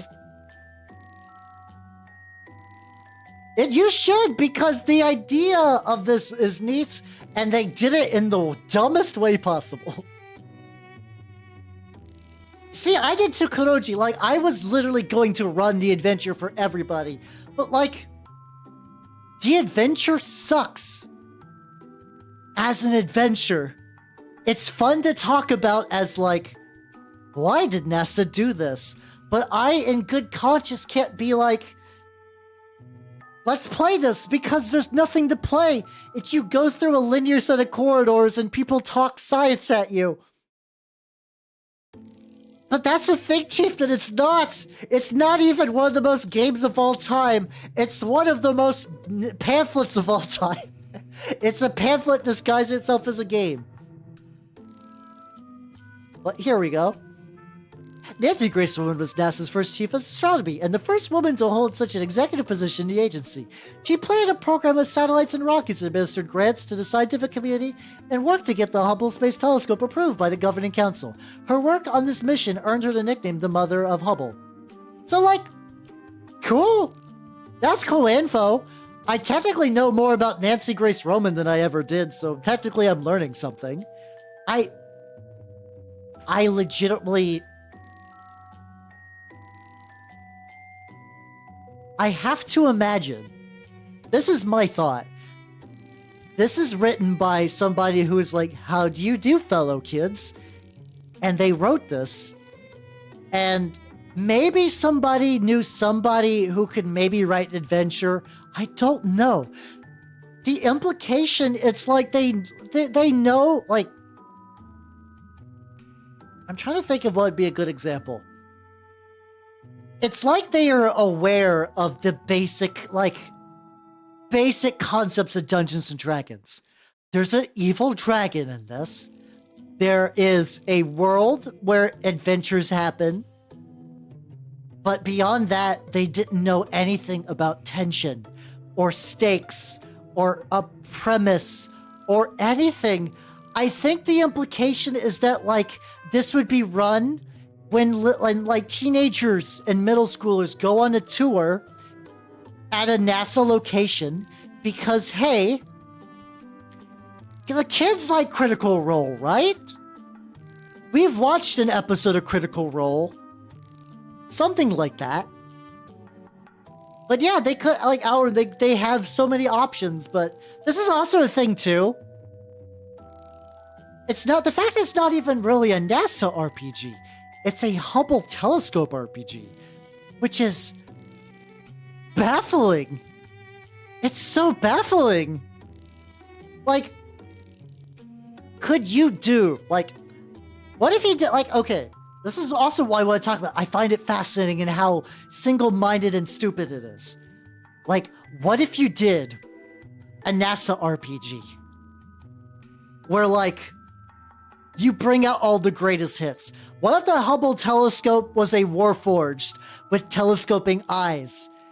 And what if you took famous people from all of NASA's history and you made them like wizards and rogues and whatnot? You made the fucking little you made Neil Armstrong a half orc, like Neil Strong Arm, the half orc barbarian, and like you make it campy as shit. But the implication is like you run this for middle schoolers who might not know who these people are. And you're like, if you think Neil Strongarm is a real cool guy, you should see what he did. He landed on the moon. And like a middle schooler's like, no shit! And then they play it. Maybe they have to fix, maybe an evil wizard stole all these precious NASA relics throughout time. And you, a time-traveling isekai student, and like, you can keep the isekai plot. Also, hello, Bubba. How you doing? How you doing? I am baffled by this NASA adventure because it's so fundamentally fucked. Like, okay, NASA, please. I'm sure you're watching this, NASA. Give me $1,000. I will write you a better adventure. I will write you a much better adventure. Here's my premise.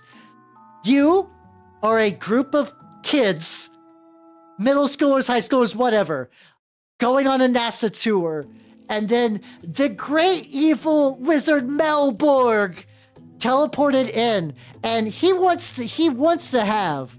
Melborg is a wizard that likes to collect special space objects because he's real big on astrology and divination, and he thinks it makes his wizard boner stronger. So he's kidnapped everything. Melborg the Starfallen! Exactly, there you go. He's got a beard, he's got a cap. Excellent. He captured all the cool shit. And a bunch of famous astronauts and put it in his lair. And now you must go and rescue them. And you, little Timmy, middle schooler who loves Critical Role, you've been isekai'd, but now you're little Timmy the half-orc barbarian. Little Timmy, are you a bad enough dude to save Neil Armstrong? Like, and like you could bring Nancy Grace Roman's a good lady. Why not? Yeah, everybody knows the wizards do things for boner reasons and nothing else. But for Bubba Nod, for context, I am talking about the NASA adventure about the Hubble telescope. And it's just so strange because they do it in the worst way possible. The way that would be the most dull for people, for ostensibly like middle schoolers to young adults are the target audience, I assume. They do this in the way. Yeah. Are you a bad enough? I mean, they need to use a lot of different things, Bubba. Like, they fucked up this adventure on a fundamental level. They could use anything they fucked up so bad. Yeah, just make it set place on the moon. They have so many options. Instead, a astronomer tells you to go to the ruins because you did a red light, blue light puzzle.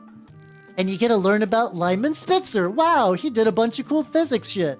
Wow, Edwin Hubble. Wow, he discovered galaxies beyond the Milky Way. That's cool.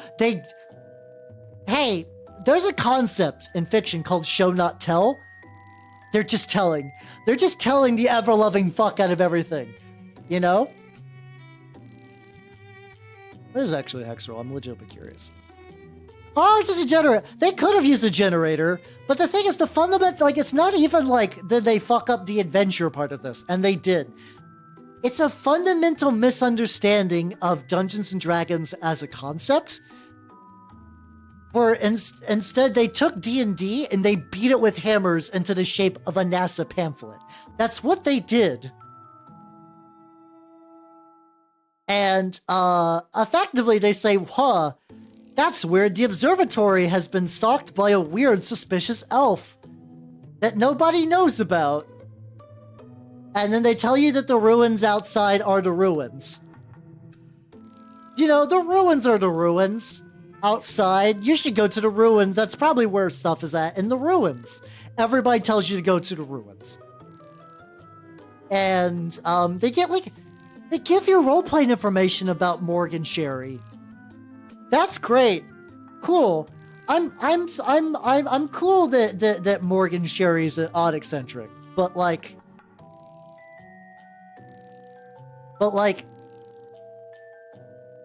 Morgan Sherry serves no purpose. Morgan Sherry is there to tell you information you already know, and to be there for a puzzle. But Bubba, that's I'm sure that's a great tool. I'm not disparaging it. I'm saying that NASA has failed at the even write their own story part. We could give them all the training wheels they want, but they fundamentally do not understand. They know, the implication is that they know Dungeons and Dragons involves a dungeon and a dragon and maybe a half-orc, and that's really about it. That's all their concept goes. That's it. That's really it. Oh no, it's bad. It's a fuck up on every turn. Okay, so wow, you decide to look about to the strange elf that went outside town, and what do you know? The strange elf went outside the town. So you're gonna go follow the elf because there's literally no plot. There's no plot. It's okay. Everybody's dying tonight. Also, I hope you like my player character because you're supposed to play an isekai NASA worker. So I just chose Nancy Grace Rowork. That's just me. That's just my NPC. This is my player character for this. And basically they're like, hey, Sherry, we're about to go to the ruins. Oh no, hold on. I want to scroll back a little bit. Let's go back to the beginning of the adventure. See, it's literally okay. Let me see. Let's see if I can get back here. Basically, I don't even scroll. The implication is that a wizard cast a spell to isekai NASA researchers who would, in a different timeline, invent the Hubble telescope. to help him find the Hubble telescope. Now, why would Nancy know how to find a telescope? Who knows, but whatever. So Sherry will basically take you to a different room in the observatory where there's a fancy magic computer. And like 1960s magical computer. And they use gravitational lensing. Whoa! To magnify, basically. They're explaining how gravitational lensing works, which is a concept of this adventure, is how NASA's Hubble telescope saw data. Like NASA, the Hubble telescope used gravitational lensing, but they're like, hey, we'll use that to recreate what the dungeon looks like. Oh, cool. They also give you a healing potion. Cool. Okay. Well, time to go to the ruins. Yay! We're going to the ruins. All right. So the ruins are 30 miles. This is the funny part. Okay. The ruins are 30 miles west of the town in a place that's apparently too dangerous to visit. It was once the capital. As an anthropologist, how NASA spacey? 0. It is. Oh, God. It's bad. It's bad, anthropologists. It's so bad. The premise is wasted. Everything about this is wasted, and no one knows what they want to do. I mean, the thing is the idea that the Hubble telescope used gravitational lensing, a cool way to look for stuff. Is that cool? Yeah, sure. But they're like, hey, we have a picture of the ruins. We use that through gravitational lensing. Gravitational lensing isn't they just basically just read information at you. But they basically say, yeah, this used to be the capital. Nobody comes back from it. There's a you can do a medium DC survival check to know something's there. Also, the implication is that it's dangerous outside. It's real spooky. But at no point does the book be like, hey, maybe. Do you want to roll some random encounters? Would you like to roll some random encounters? They tell you that if the puzzles are too hard, to have one of the researchers escape and like walk your hand through them. Walk your hand through puzzles, which that's fine. That's whatever. Hello, Sunshine. How you doing? Also, thank you for the 19 months. Let's go. No, that's the bad part. There are no random encounters. They basically say, oh, everything outside the city is dark and terrible and full of dangers. So anyway, you go to the ruins. That's fine, whatever. It's so bad. So yeah, we're doing the NASA tabletop RPG adventure. So yeah, you go to the edge of the ruins. In the distance, you can see one of the only tall structures that survived the destruction of the city. And the time that has passed since, this remnant of a tower was once the prison. Now roughly half its original height, poking out like a grave over a sea of shale and rock. Beyond the tower, you can see a partially ruined massive building with shattered columns and large stairs leading to long rotted doors. This is once the library that the head researcher Sherry spoke of. Around those buildings are numerous other mostly fallen structures, but those seem to be complete. Okay, don't worry about the other other buildings. There's 2 that matter. These structures are scattered across a large radius, seemingly mostly buried under a landslide from long ago. The tower seems partially buried, marking the boundary of the passable city ruins. The ruins can be explored by players, but there is little to be found.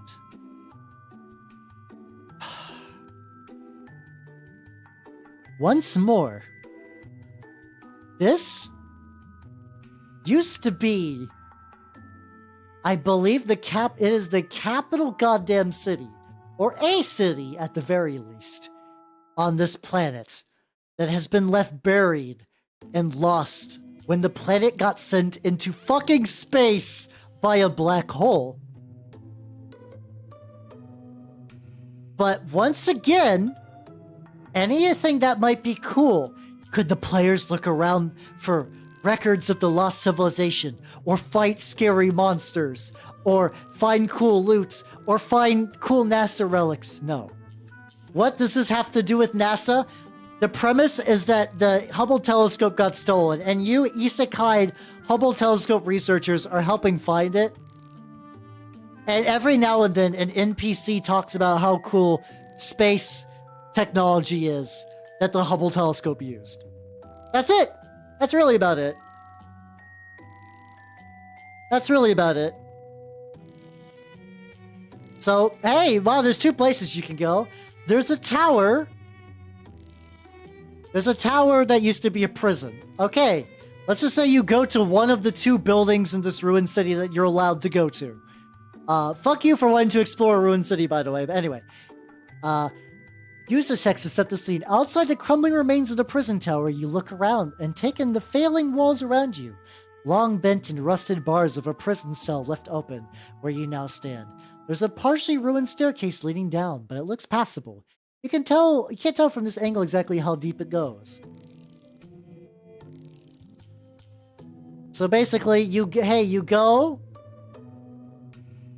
down, and wow, there's blue and red flame. Wow, it's almost like blue light and red light. And if you remember, red light means stuff is older and cooler.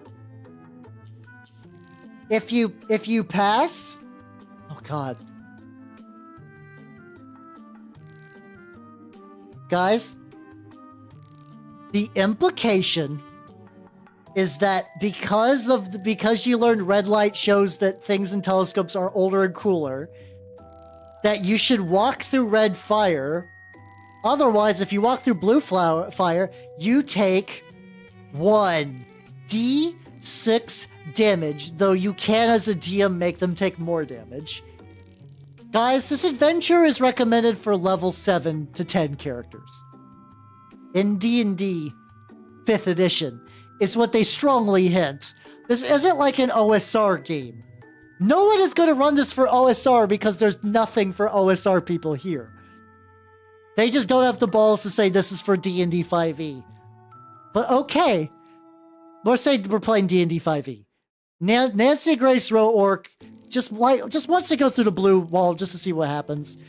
She takes on average 3 damage.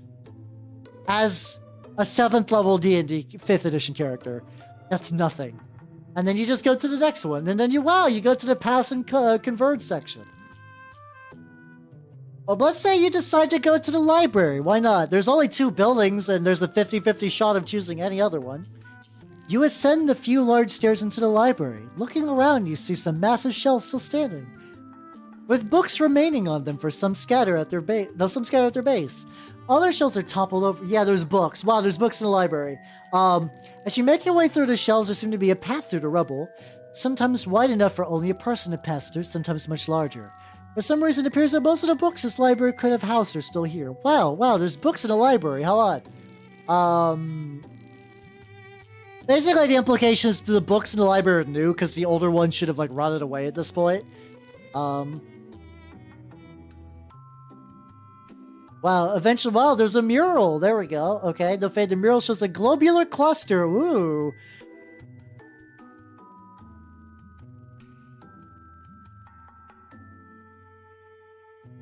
Hey. Wow, it looks like this is similar to something that Sherry gave you.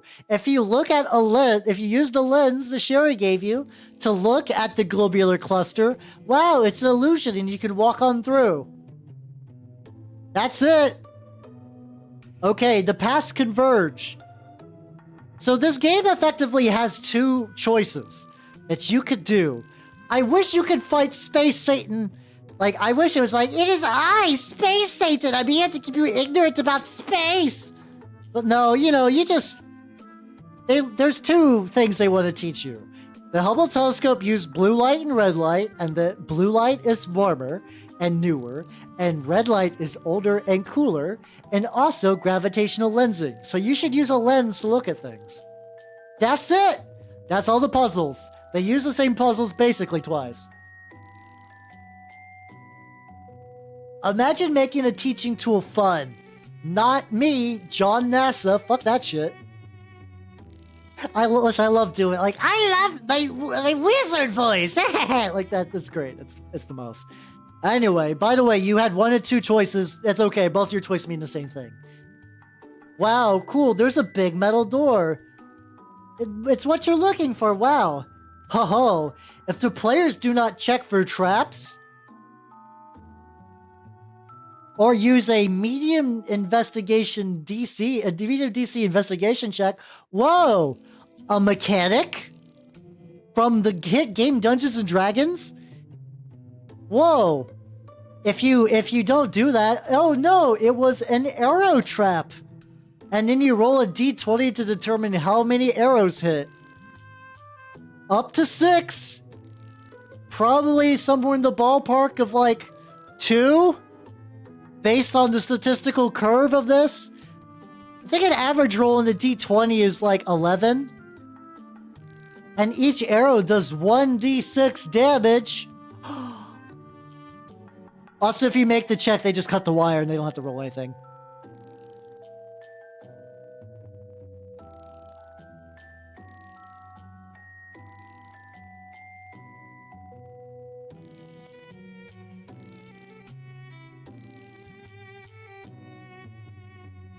That's it. Like, now, I understand that they don't want the NASA. Like, the idea of being TPK'd in a NASA adventure, while funny, I'm sure it absolutely terrifies them. But, like, there is no stakes. Everything is basically fixed before you arrive. You walk through the safest city that has ever existed in a D&D setting. The only tension is that people are missing and people are upset at the guards for not finding missing people. You go to a dungeon where the traps tickle you until you find the room you were looking for. Yippee! So, okay, this part. As you enter the circular stone room, you see stacks of books piled on every surface. Beyond the books, your eyes immediately drawn to a telescope the size of a school bus. A telescope you recognize as Hubble. It's the Hubble telescope. The books in this room are newer, yada yada yada yada yada. You see a faint tinge of green in their skin. Okay. Oh, by the way, the elf that's been around doing shady shit, it's a green elf. It's an elf with green skin. Whoa. You're not the guards. The figure approaches, their movement almost stalking. Predatory. Brave little adventurers. You made a grave mistake coming here. No, by the way, it was a dragon. Whoops, it was, they mentioned it really early in the book, but this is like the first implication the players would learn. It's a young green dragon. The elven figure will reveal themselves to be Ilcilius. It's a dragon that hoards information about the vacuum of space because space vacuumers where magic is in the setting. And the dragon stole the Hubble telescope. For space knowledge. And the researchers are there too. And they kidnap the researchers to figure out what the fuck is up. And basically, if you try to talk to be like, hey, dragon, maybe you should give back the Hubble telescope, it turns into a young green dragon. Stats can be found associated with your system of choice. Wow, check this out. Okay, wow, do you guys want to hear how this boss fight goes down? Silius targets the spellcasters because clearly the spellcasters have the biggest brain and they know that they know how to do the cool magic. Yeah. The only fight in this Dungeons and Dragons adventure. And you know what the rules are? I don't know, just use a green dragon. Just use a green dragon. If it's too hard, maybe one of the researchers instantly stuns it for one round so the players can wail on it. And if it's too easy, I don't know. Make one of the books animated for some reason. That's it. That's all they tried. So yeah, you... And this is the weirdest thing where they're like, oh, it's a dragon driven by greed. The dragon would like to go into the city to steal books and researchers. Whoa.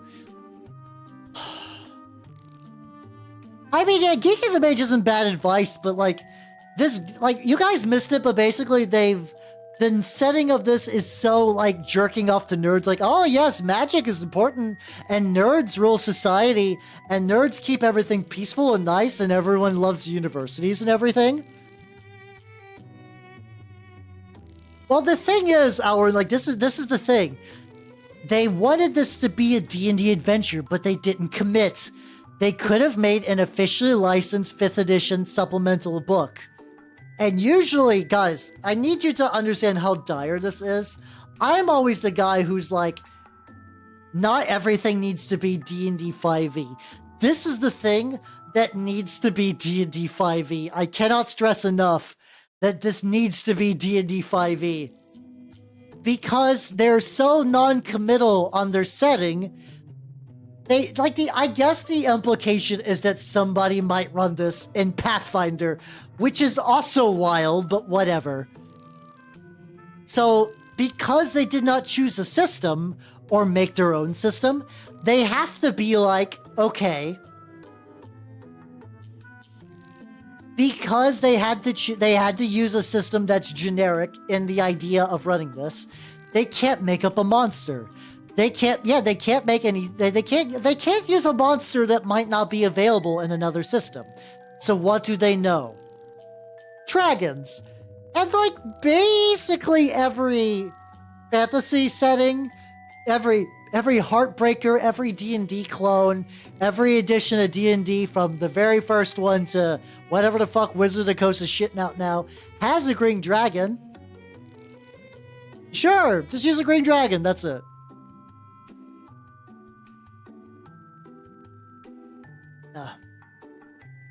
So by catering to every possible audience, they catered to no one. Because they tried to be too open-ended, nobody wins. Nobody wins at all. So whatever. So the weird thing is it just says after the battle, Isilius will die trying to hold on to this knowledge. It's also a weird implication that it's like, it's not like you beat the dragon and the dragon's like, oh, I've learned the error of my ways. They don't care. As soon as the dragon's defeated, they're like, yeah, you know, whatever, there's gold. There's gold and cool books. Whatever. There's gold and cool books and the Hubble telescope's there. A dragon stole the Hubble telescope and they could not give less of a fuck at this point. Whatever, there's all the researchers that were kidnapped, they're free. He thanks everyone. That's the weird thing is like, I wonder if the implication is like so many people are real jazzed about like SpaceX and like the Voyager probes and like putting the little rovers on Mars that like the public opinion on the Hubble telescope is like, that's cool. And I'm gonna be real. That's my opinion of the Hubble telescope. My opinion of the Hubble telescope is, I'm glad it exists. That's neat. It's doing cool shit. But I could not give a fuck about like the specifics because that's just not my area of expertise. And that's fine. There's a lot of cool research that's been done by people that I just don't need intimate knowledge with. Does that make me ignorant, like an ignorant bastard? Maybe, but like my life doesn't really change knowing that about red light and blue light in the context of the Hubble telescope. Voyager is dying how? Maybe they should have made something about it. I don't know. The photos are cool. They put photos in here. But the thing is, like, I almost feel like a pamphlet would have been better served than whatever this is. So wow, cool. You can ask like once again, where their priorities really lied. You can ask the researchers about their research. You just likely killed a dragon that stole the Hubble Space Telescope. That dragon is no longer mentioned. It is the fulcrum of this entire plot. If this plot didn't happen, if that dragon didn't do it, nobody would be here. You only find out about the dragon, that it's a dragon, moments before you stab it to death. And nobody cares. Nobody cares. You're on a world with the sun is not dead. A dead sun would imply that the sun died. You are on a planet that was launched into space with a black hole. Wizards came together to put energy condoms around the entire globe.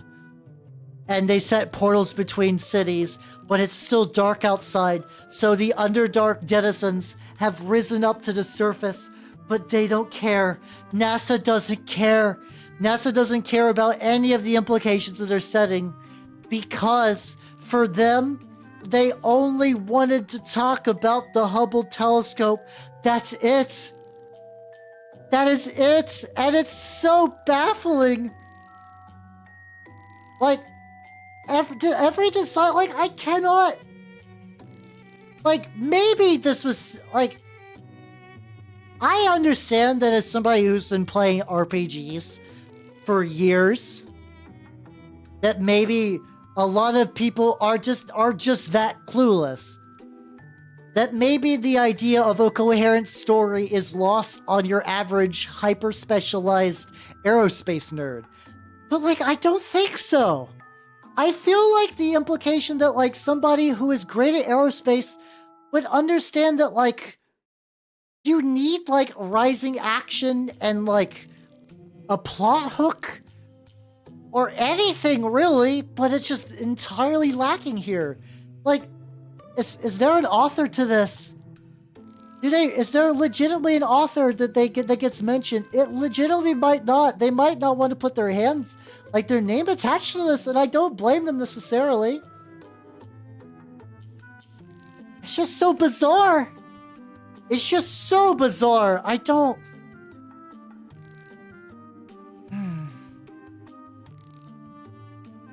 And this is, like, what gets to me. Is that, like, I think entirely by accident, they created a cool setting. Because, guys, I have not played this game, but I'm aware of it. There is a video game called Arx Fatalis. Arx Fatalis is a tabletop, is a strongly tabletop influence game, but it's made by the guys who made Ultima Underworld when I believe they couldn't get the license. It is about a fantasy setting where the sun goes out and everybody has to retreat underground in effectively dwarven ruins to survive. And the surface is blighted and dead. Inside the underground, there's like rat people and goblins and tension, and you were sent from space. Like, that's what they kind of recreated on accident. A bunch of NASA, like, you know, the monkeys writing Shakespeare, a bunch of NASA scientists, or like they hired a ghostwriter. Somehow NASA ? This book into existence, and by sheer accident they made Arx Fatalis, but the tabletop, and they did nothing with it. And it blows my fucking mind. It blows, they did nothing with it. Yeah, they didn't do Strange Matter or anything. They could have had anything. The silver platter was right there, and they knocked it out of your hands. Like, they had an idea and said they just wanted to jerk off about how much they loved the Hubble telescope. Anyway. So, wow, cool, okay. So yeah, the whatever, the dragon's dead. They're going to put the Hubble telescope back, and they can send you home whenever they want. Do you want to go back to the tavern? Wow, you could go back to the tavern. And wow, upon the tavern, you get drinks. And oh. Wow, cool. And you can talk to the bar lady. And you can invite the researchers there to the bar. And for some reason, the weird implication that you want to bring the researchers back so that they'll work for her, I guess. I don't know why you would, because no one gives a shit about Feywind or the bar, because they don't matter. The scientists, whoever didn't write this, doesn't give a shit about the bar. They give a shit about the Hubble telescope. Now, here's the thing. The last line is fucking bananas. So, basically, if you get sent back, you all get sent back. Like, if you decide to get sent back, wow, cool. You get sent back to Earth, but the Hubble telescope is there, and you're all like, yippee! Hi, Evelyn. Welcome. Thank you for saying I'm cute. I'm angry. Angry about NASA. I am. NASA put together the most confusing thing I've ever read. It's wasted potential, the adventure. So yeah, wow, cool. You remember, let's see. So basically now, all the NASA people remember that they went to Isekai Land, which is bananas. They just go together and they build the Hubble. But that's basically, it just keeps talking about that keeps talking about, like, wow, cool shit's happening. Now, I need to find this line.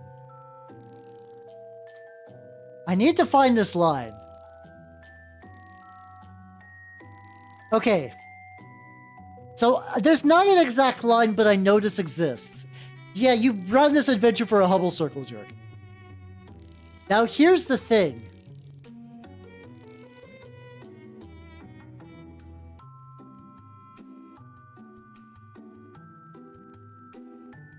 Okay, I need to... I need... Okay, I cannot find this exact passage, but I need to tell you about this now. This is going back to Jack Black's mother. There's an implication in this RPG. Like, not only did you isekai, but somebody from this world is now living in your body.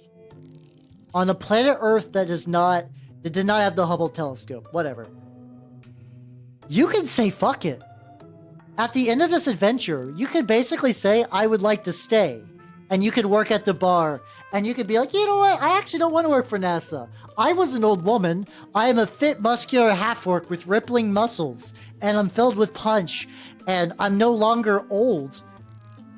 And I still got my rocket scientist brain. Like, NASA Grace Row Orc is like an 18 intelligence pudge orc. And she just found out there's a world of magic and portals and whatnot.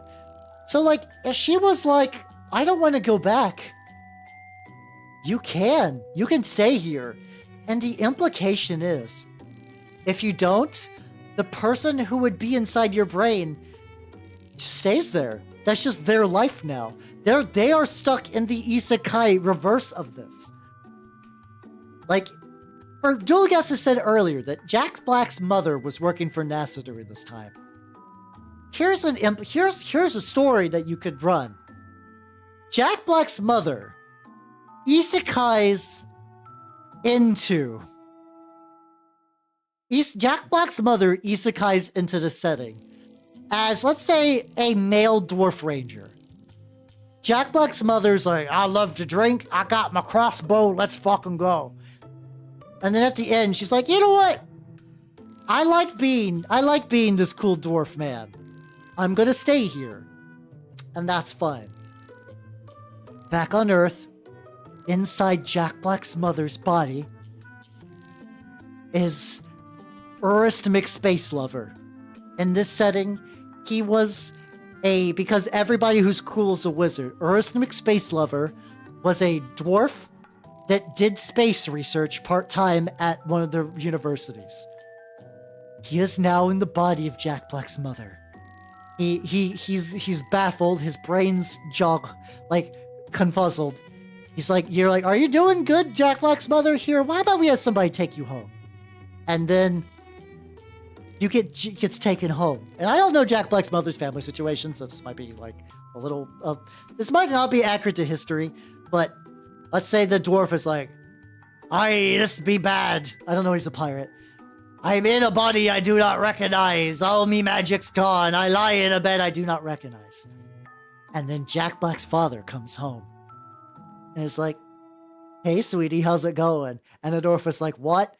And then Jack Black's father kisses a dwarf on the lips that is currently wearing the body of his wife.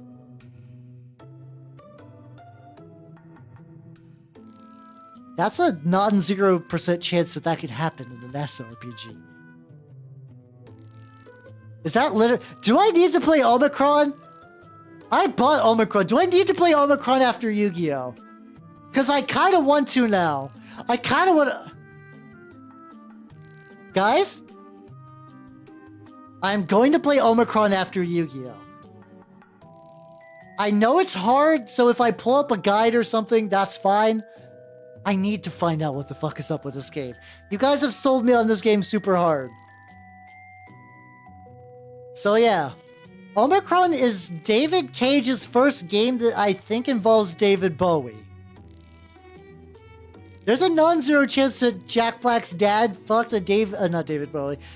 There's technically a non-zero chance Jack Black's dad fucked David Bowie. It could have happened, we don't know. But there's a non-zero chance in the Canada setting that Jack Black's dad impregnated a dwarf that was wearing his wife's skin and gave birth to Jack Black. Yay! But yeah, that was an SRPG. And at the very end, cool, we got some space photos. Sorry, I'm just talking about a weird implication of this because it's like it's an isekai where if you decide to stay, the person you isekai'd into stays back in the body that you used to have. And while they tell you about like this is the thing that fucks with me. If this was a game where this was better used, this is where you go, okay, you had fun playing the game. Here's the learning. But the entire adventure is jerking off to the concept of the Hubble telescope. So this is just more jerking off. That's the same picture of Nancy I used. This is the same picture of Nancy I used for Nancy Grace Rowark. Wow, look, this is the Hubble. And like, once again, just kind of talking about like, they didn't care. I'm just gonna shrink Nancy. I just go, hold on. Okay, I have an idea. Hold on. I'm gonna delete all these. Don't worry. I took a screenshot. So I'm just gonna put Nancy on the screen as a condensed image. There we go. Here's Nancy. She's here now, but she's just gonna be tiny. There is no point. Like, the Red Willow Wood means nothing. All of the other cities that are based on like other aerospace fields or scientific fields, I forget which at this point, nothing. There's a volcano. It doesn't matter. The woods, whatever. There's a farm village here. Who cares? It's not the Hubble telescope. This, not the Hubble telescope. This, not the Hubble telescope. Learn more about the Hubble telescope is in the corner. And like, this is also something I want to bring to all of your attention. Hey everybody, you all looked at this book with me, right? How many NPC portraits did you see? Did you see a single NPC portrait? At all? In the entire book? Did you see a single picture of any of the towns? No, we don't count those. We don't count the NASA staff portraits. Like an illustrated, like a picture of the dragon at all. Did you notice that? There's a lot of pictures of... Okay, Christina Mitchell and Michelle Belleville and some people, I guess?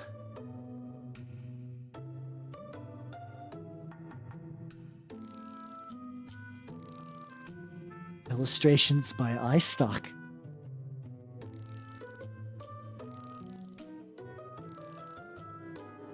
This might be a stock map. This might be a stock map. Hold on. I feel kind of bad, but I have to know. Who is Christina Mitchell? I get her name right.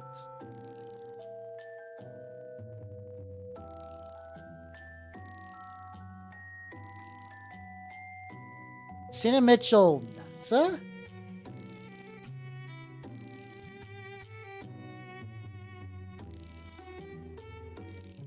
Okay.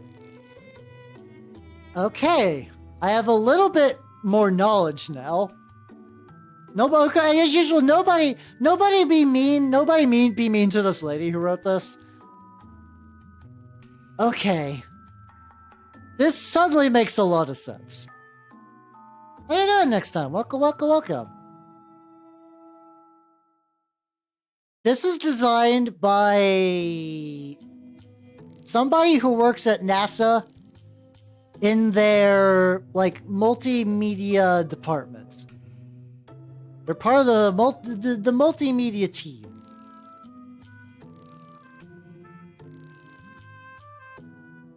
Which, like, it makes sense. It makes sense, and, like, it would explain a lot, if I'm gonna be honest. It would make a lot of sense. Like, oh god, actually. Yeah, howdy next time. Howdy next time, viewer. How you doing? Welcome, welcome, welcome. Okay, no, this is not a woman moment. What I think happened is, like, this is probably somebody who does put together projects for NASA for, like, like I said, multimedia stuff. So, like, maybe pamphlets, maybe advertising stuff. Like, I'm sure she's perfectly competent at her job. Maybe she thought it'd be neat. Maybe, now there's two of them. Maybe she thought it'd be neat to write this, or maybe someone at NASA was like, and, like, I've been there for the guild before where they're like, hey, the kids like D&D, you, multimedia person, make an adventure. You have $0 budget. You have $0 budget, and, like, has she played D&D? Maybe. I don't know. I literally don't know. The Witches D&D is, like, legitimately has budget and production value and work put into it. This is technically, like, a very strange... I don't even know. It was somebody trying to get kids hip and interested in a Hubble Space Telescope, but they were aware that Dungeons and Dragons involves a dungeon and a dragon, and that's about it.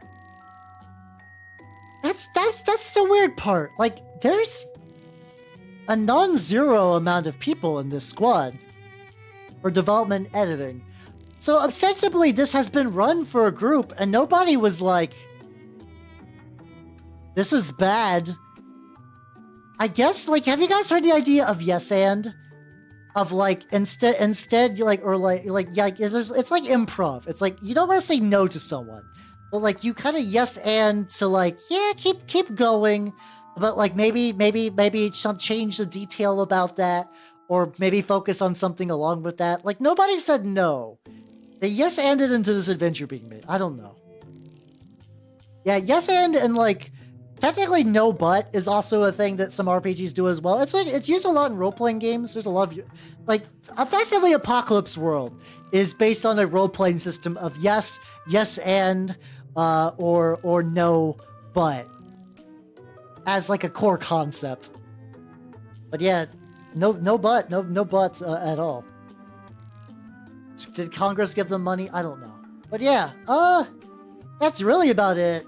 And as usual, like, I shit on this game pretty hard, I'm not gonna lie.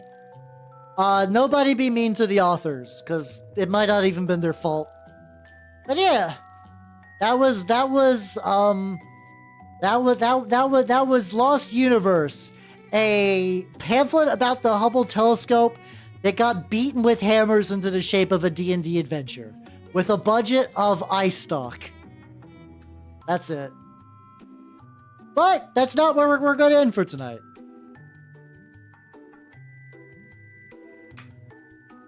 Because I got two issues of Dragon Magazine to read about tonight. Ta-da! Here we go. Here is some content about Dungeons and Dragons. This was official at one point. How big do I want to make this? There we go. How about maybe... Yeah, there we go.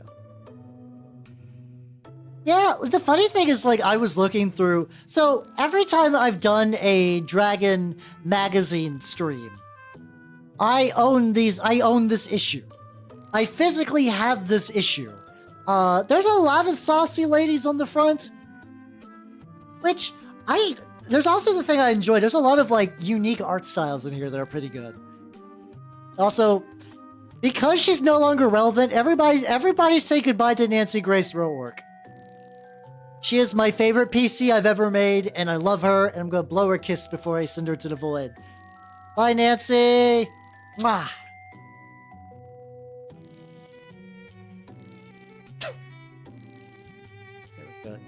I'm glad you all like Nancy as much as I liked crudely photoshopping her.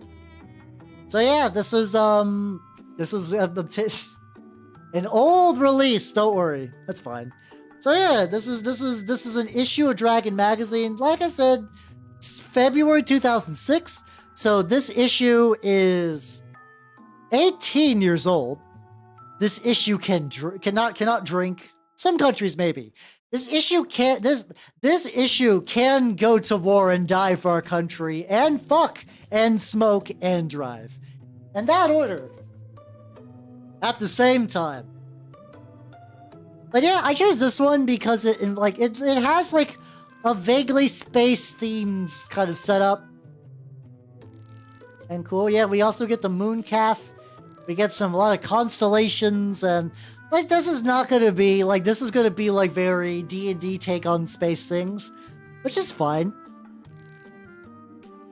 You can fuck that werewolf too if you want. No one's stopping you. Can I say? I'm not going to read this entire foreword, but the fact that it has the goddamn Moonanites blue, this gave me psychic damage. It's amazing. So it's just talking about kind of like a ramble of how D&D involves a lot of space and planetary romance stuff, which is cool. But it's just talking about at the very end how this is Eric Mona. I believe Eric Mona still works at Paizo. I believe Eric Mona still has I think Eric Mona, oh, see.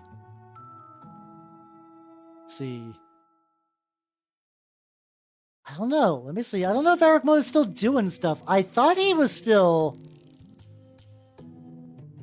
Yeah, I think he's still working at Paizo, unless that's changed. He is is a publisher of Paizo Publishing LLC.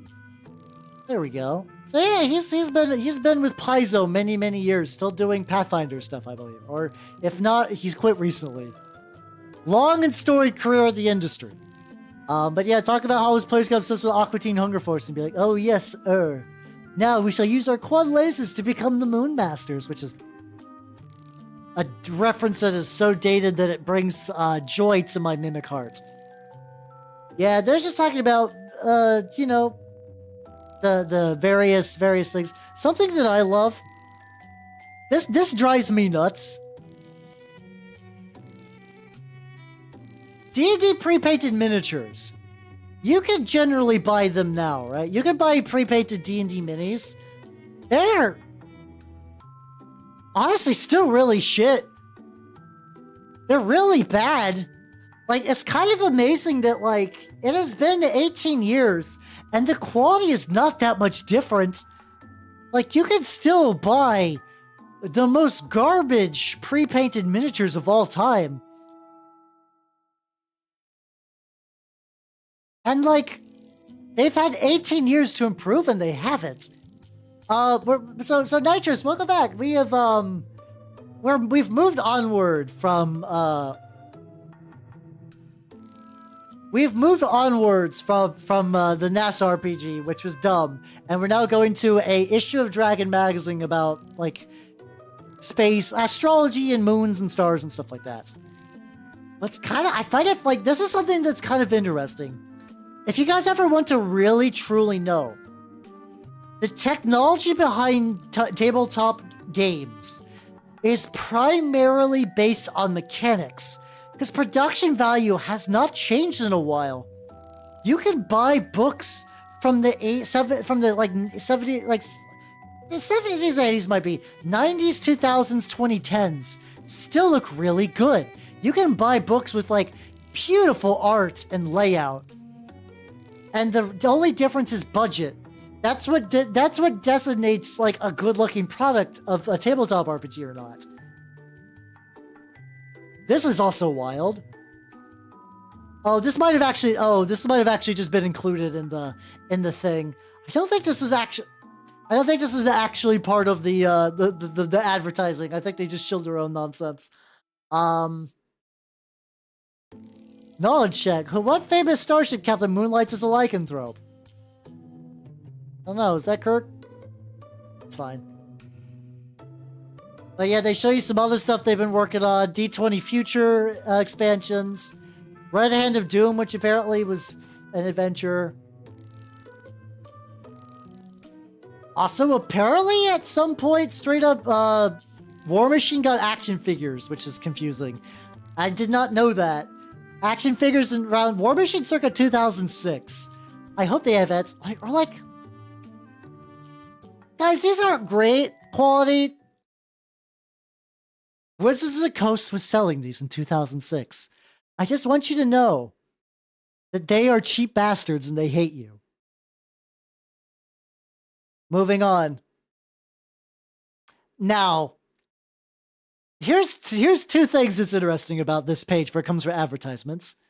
One, I own one of these. I own a Paizo branded initiative tracker that has like dry erase markers and stuff. You know what it is? Extremely handy. I used to use that a lot more when I played games in person. That was a nice tool. The other thing that I did not know about this. Hey guys, did you know that there was a Warhammer 40k game for the goddamn Engage? Warhammer 40k Glory in Death. For the Engage. Which blows my fucking mind.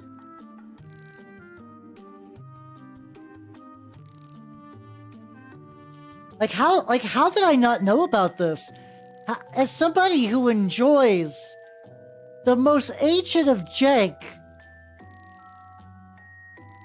how did I not know that there was a goddamn Engage game? Hold on, I found high-res advertising material for it. Oh my god, these graphics are... Oh my god, they're so sweet. Sold Paizo during the hype of D&D. Yeah, it's a good product, unironically. I need to show you. Apparently, according to Drop, I believe the Engage emulations are really good. Because, like, I didn't know there was a good Engage emulator. And Drop was like... I think it's... Yeah. Drop was like, oh, yeah. Apparently, there's also a Rifts Engage game that I want to play. Yeah, Glory in Death, only in the Engage store. Someone might have a copy of that, I don't know. And like, look, well, you could do a Space Marine, Chaos Space Marine, Eldar, and Orc campaign. Look at these cute little graphics. It's like a fucking, what's it called? It feels like a fucking Neo Geo tactical game that, like, time forgot. I kind of love it. I gotta see. I gotta get back into the swing. Also, hello, Brian. There's a 40k engaged game, and okay. This game is ruining me for two different vectors. Hold on, I want to put this on screen again, so in case people come in, and then they're like, "There's a 40k engaged game," because I did not know.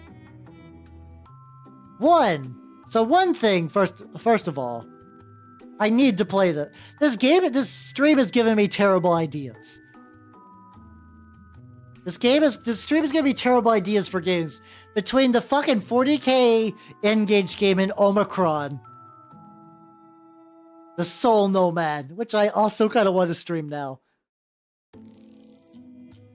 Yes, I'll continue to make Tuesdays my esoteric Kusoge days. Let's go. And then you get, like, True 20 is like a pretty solid, D20 derivative. Oh, we got some ads. Let me take a sip.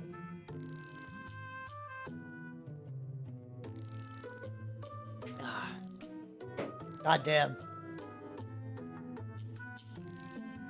When you think about it, the stream is expanding my brain like a whole lot. Like a whole fucking lot. The neurons really do be activating in a way that I wasn't prepared for. I was not prepared for this. Alright, welcome back from ad break, everybody. Yeah, True 20 is, from what I understand, it's a pretty solid D20 derivative.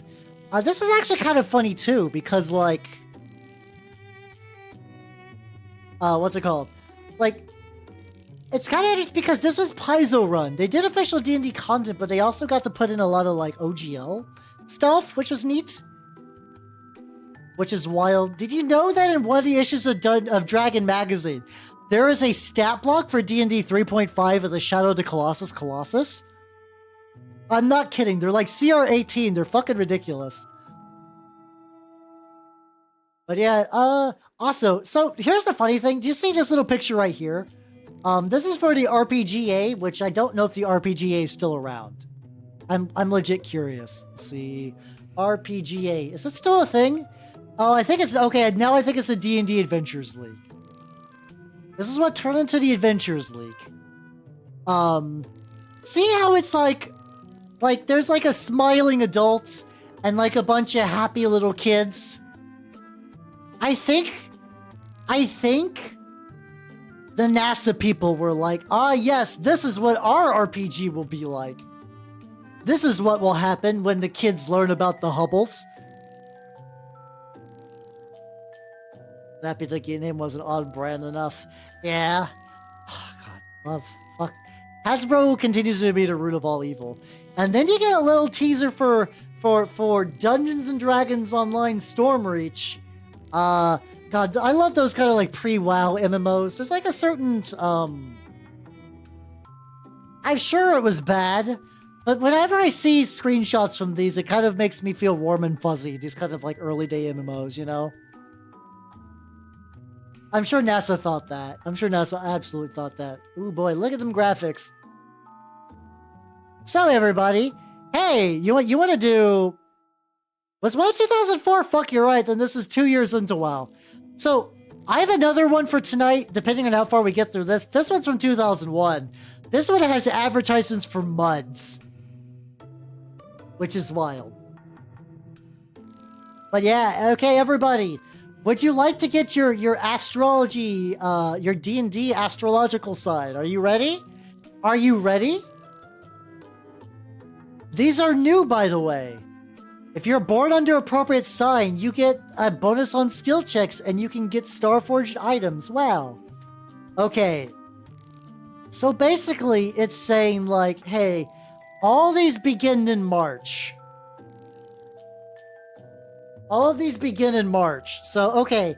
Hey, March babies. You were born under the sign of the Beholder. Curious and aware, driven by a never-ending quest for novelty and spectacle. The sign of the Beholder creates the ultimate observer. Fascinated by secrets and adroit at solving puzzles, you sometimes appear detached from both your surroundings and the feelings of others.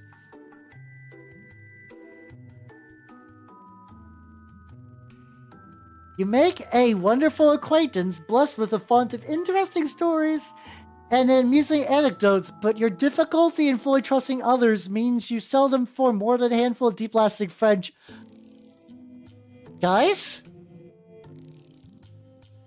I'm fairly certain they're like, if you're born under the sign of the beholder, you have quirky autism. They basically just said you got quirky autism if you're born under the sign of a beholder. Man. You like love fun facts and puzzles and you're so smart, but you don't like people and you drive people away. I'm sorry, March babies. That's just how it is. Your optimal career is being a spy master, or maybe a scribe, and you get a bonus on decipher script checks. Your lucky action is you get bonuses to spot checks, which is really good. And oh my god, does this? I forgot that fucking D&D 3.5 had like 3 separate perception skills, and you get a birthstone. Who no one gives a shit. All right, April. You're born under the sign of the harpy. Wow. Guys? They drew a line in the constellation. I cannot stress this enough. Tits. This astrological sign has line tits. God damn. Anyway. Haha! Tits. That's a fucking Warframe joke for people who are stained forever.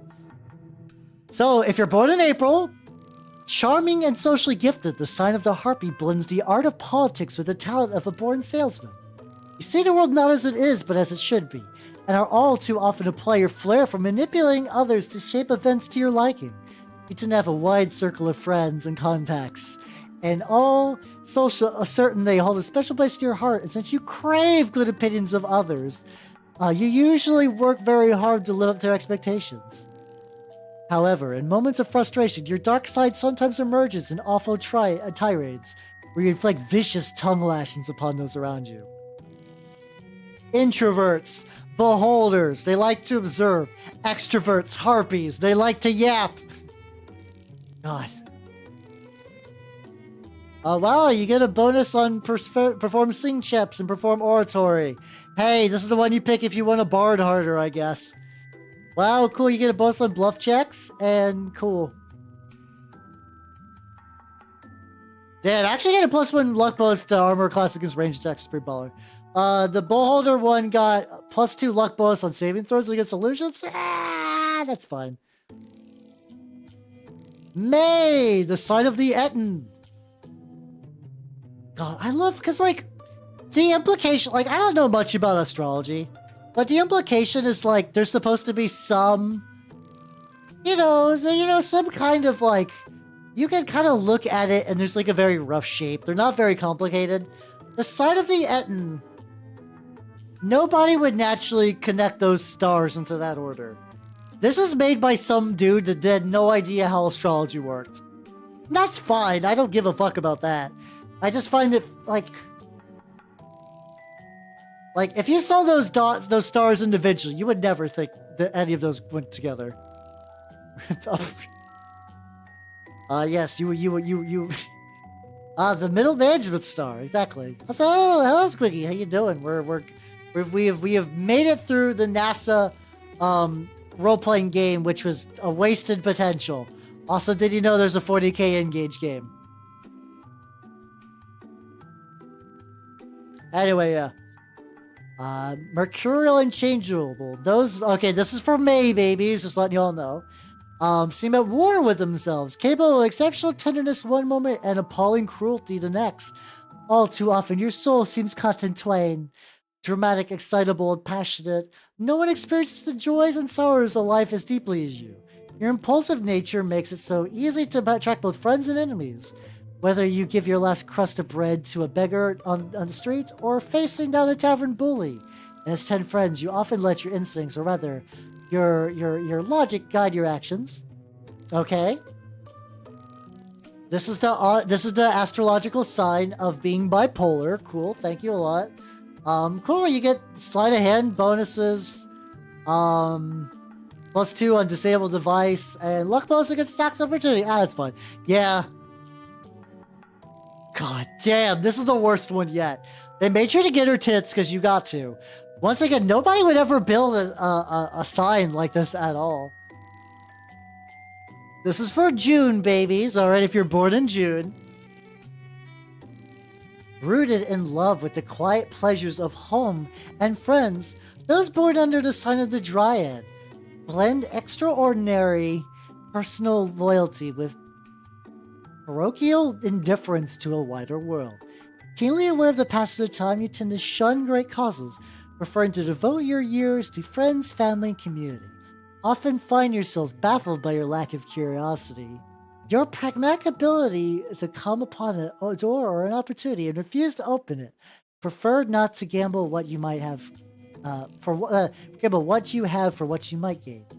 Whether you have personal stake, however, you need to defend a loved one, you become like steel. Right, so there's something about engage stabilized the portal. Fuck yeah, let's go. The Dryad one feels like, I don't know. Like it's like, I diagnose you with normie. You will never be creative or look for excitement. You will live in your house and you will participate in a society, and that's it. You get a bonus on handle animal checks. Your lucky actions let you get a bonus on heal checks. And wow, cool, you get a +1 luck bonus on AC. Alright. Hey, July. You get to be a part of Sign of the Scourge, you know, the horrific, gigantic, what's it called? Well, no, the implication is not that you'll never touch grass. The other one, it's like, you will never touch rocks. You will never touch a mountain.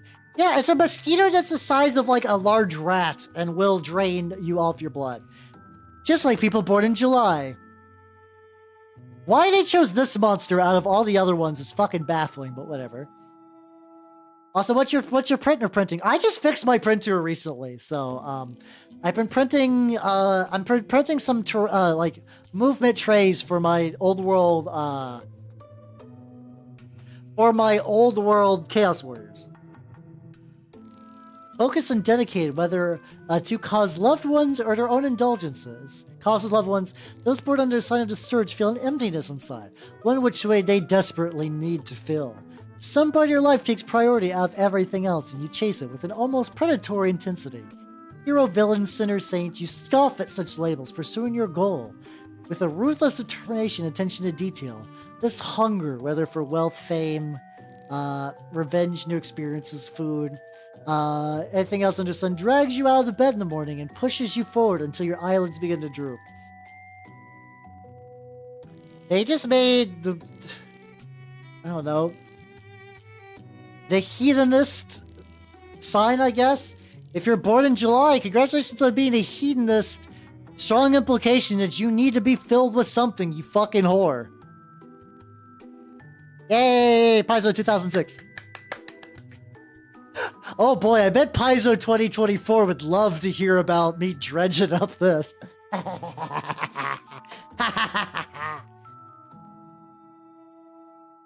Yeah, the sign of the Drukhari. Apparently that makes you a scientist because you love researching. You get an alchemy check. You get a concentration check if you focus super hard, and you can get a luck bonus on will enchantments, will saving throws. And cool, you can get cool magical star items. Yay! Wow. Alright, if you match the star sign of the dagger, it becomes a +3 defending dagger. Wow, and you get burststone bonuses. Honestly, that sounds whatever. That's whatever. Also, hello, that one Nekosune. I've been thinking about that. So we've moved past the NASA tabletop RPG, unfortunately, because we finished it. Here's the thing. I literally think you just take the setting of NASA's RPG, and so I have not watched a whole lot of it, but there's an anime called The Familiar Zero, or Zero no Tsukaima, I think. Tsukaima, or something like that. And It's an isekai world, but there's an implication that stuff keeps getting dragged over. Like there's like tanks and people and objects. And I think like the idea, it's like, this world is fucked. It's internal darkness. The people of, what's it called? The people of the world are struggling to hold it together. And they've managed to make contact with Earth, and they're just dragging shit from Earth. They're like, God damn, we need anything. People, like, you're a wizard in this. How's Mittens? How you doing? We're looking at Dragon Magazine now because we found the NASA put together a adventure for D&D, and it's really just a pamphlet about the Hubble telescope that was beaten into shape of a D&D adventure. But the idea is sound. Like, it introduces neat concepts and does nothing with them. It's like, here's my take on the NASA setting. Not everything is a perfect paradise. It's kind of like Gate. It's kind of like Gate, I guess. But it's more like it's a one-way and they're pulling shit. So like imagine like it's like a post-apocalyptic fantasy. This planet's dark. Things from the Underdark are colonizing the surface. They don't have the means to fight it off anymore. But they found Earth, and every now and then they drag something cool. Like imagine you're a wizard, and you're just like every day you focus all your magical energy to pull something from Earth, and you pull out a gun. Like, a good gun. Like, I don't know what's like a good gun these days, but like, let's just say a very nice pistol. And you're like, shit, we got a good gun now. And you take your good gun and you donate it to the world militia. Like the adventurers who go out into the darkness to fight back against the hordes of the now overdark empire. So they're taking adventurers and they're strapping them with Earth weapons, technology, anything they can do to make their society better. And they send adventure Chucklefucks out into the distance to cap an ass of every single like Drow, Mind Flayer, like Dragar, not Dragar, the Smurf. I can't remember Snoofyevlin, but Dwagar I think are like the deep dwarves. Myconids, anything that would decide to kill all civilization on the surface. And then while you're there are cool stuff from the ruins, you know? So like maybe you do find some like ancient Archmage tomes because it used to be like a perfect society at one point. Like you could take the premises they line out in that adventure and make it cool. They just didn't because that was not their goal. Anyway. So as we're now on the astrological side of August, and as a August baby myself, I'm gonna see if this matches up, you know. No, I can do Snuffleupagus. I was big into Sesame Street. Yeah, let's go. All right, well we'll see if this matches. Wanderers and risk takers, the sign of the wyvern creates the ultimate free spirit. Your life is a never-ending quest for novelty and fresh experiences. You shun routine and commitment. Planning for the futures and thinking in the long term mingles boredom with dread. You prefer to gamble everything on a single lucky shot, whether in battle or life, to risk it all is to gain it all. No. No, I'm a very... I take risks and everything, but I'm a very calculated, like... I get comfy real easy with my life. If anything, it took becoming a VTuber to shake up my life in a positive way. Not accurate to me in the slightest. Consumed by wanderlust for most of your life, you possess a singular talent for looking after yourself. I mean, I look after myself because I have to. It's one of those things that if I don't live a good life, like, if I don't pay my rent, if I don't cook my own food, if I don't do my own taxes, if I don't drive my own car, I don't have a life anymore, so I have to keep some. I do have to maintain my own life. Yes. Bonus on ride checks. Sorry, that was a dumb joke.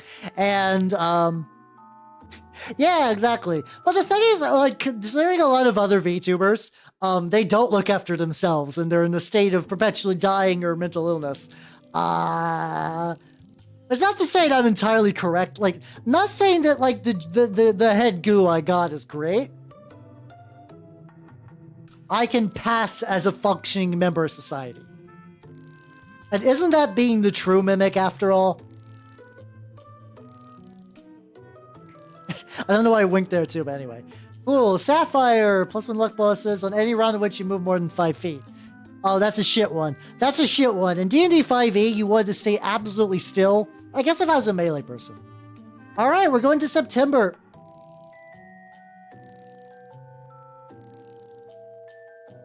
September is the sign of dragon. Dungeons and Dragons is a game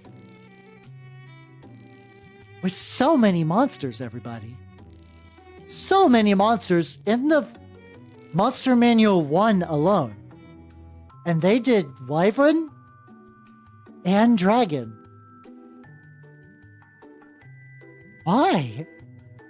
You did Sturge. You did Sturge, and you put them back to back too. Inspired, apparently. I mean, from what I understand, so I remember, this is something I remember hearing about. On the painting phase, this is about White Dwarf and not specifically about, this is not about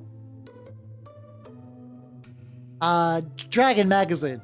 But these things are on very strict deadlines. I legitimately wonder if the guy who was writing this was like, whatever, Dragon, Wyvern, Sturge, sure, whatever, right, just gotta be done, in 2 weeks. Here we go! Or 1 week even. I am mad.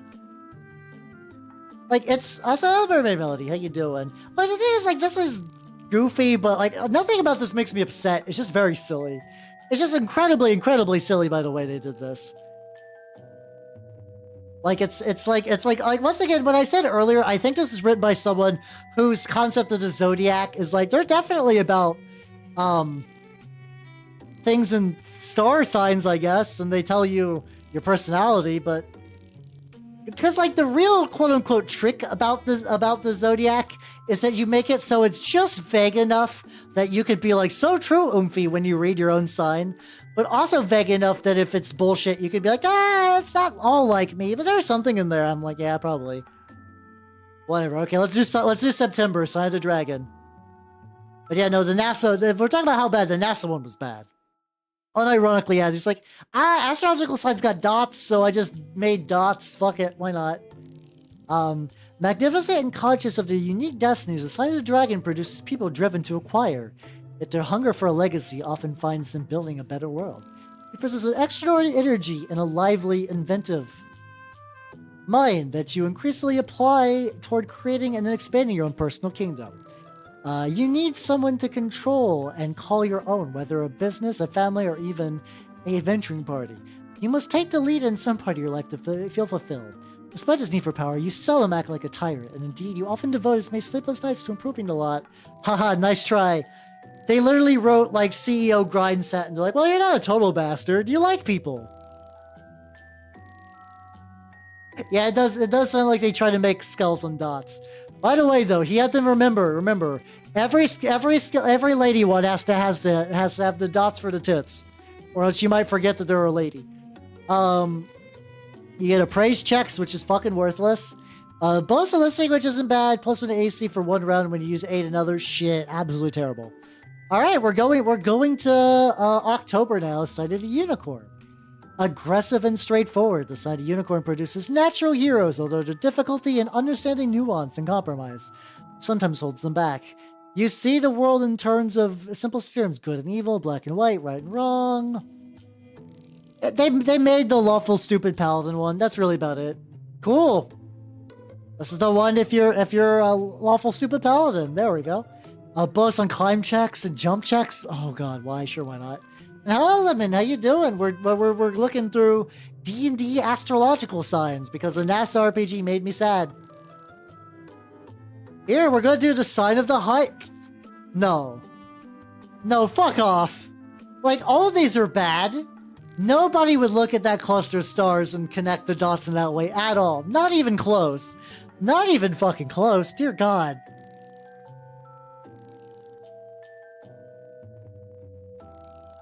Yeah, that's true too. They could have just ripped off the birthstones. Here's the thing.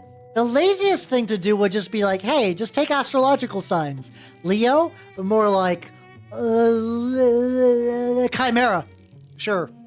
And then just move it from there. Or just say, hey, if you're a Leo in a D&D setting, you get these stat modifiers or something like that. Hello, Rusted. How you doing? We're looking at D&D star signs in Dragon Magazine 304. A 18-year-old book.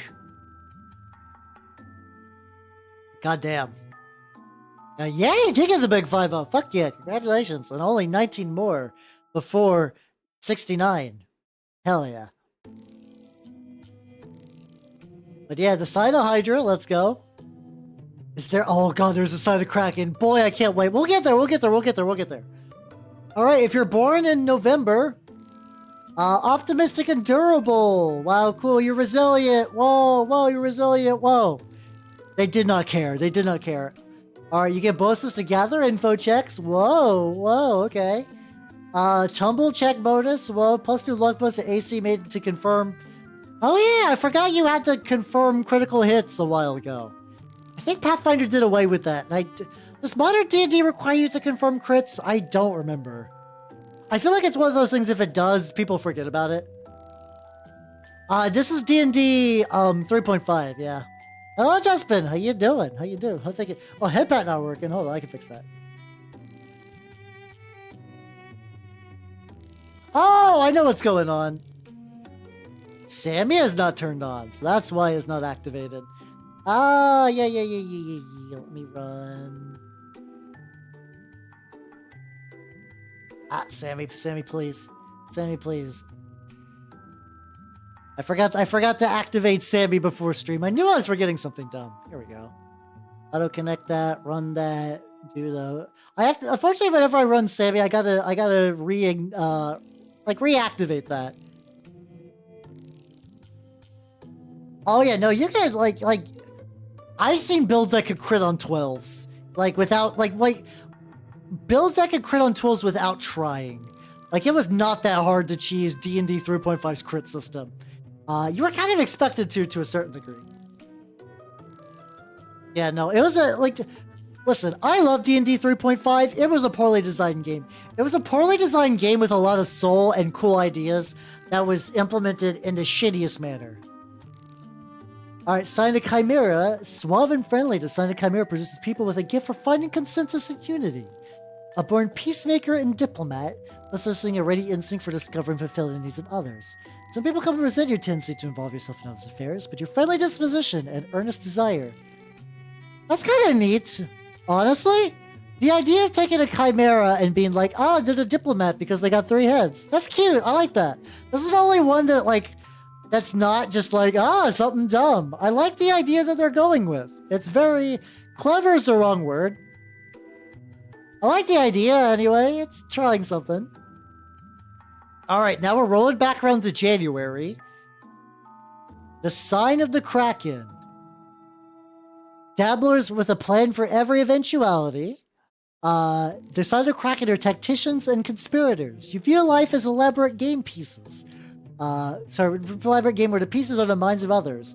So it's you like manipulating people. You're a manipulating bastard.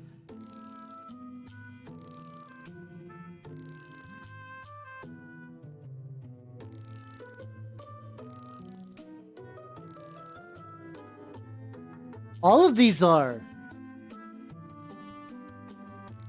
I thought the Kraken was going to be the most apeshit one. D&D Hydras had to...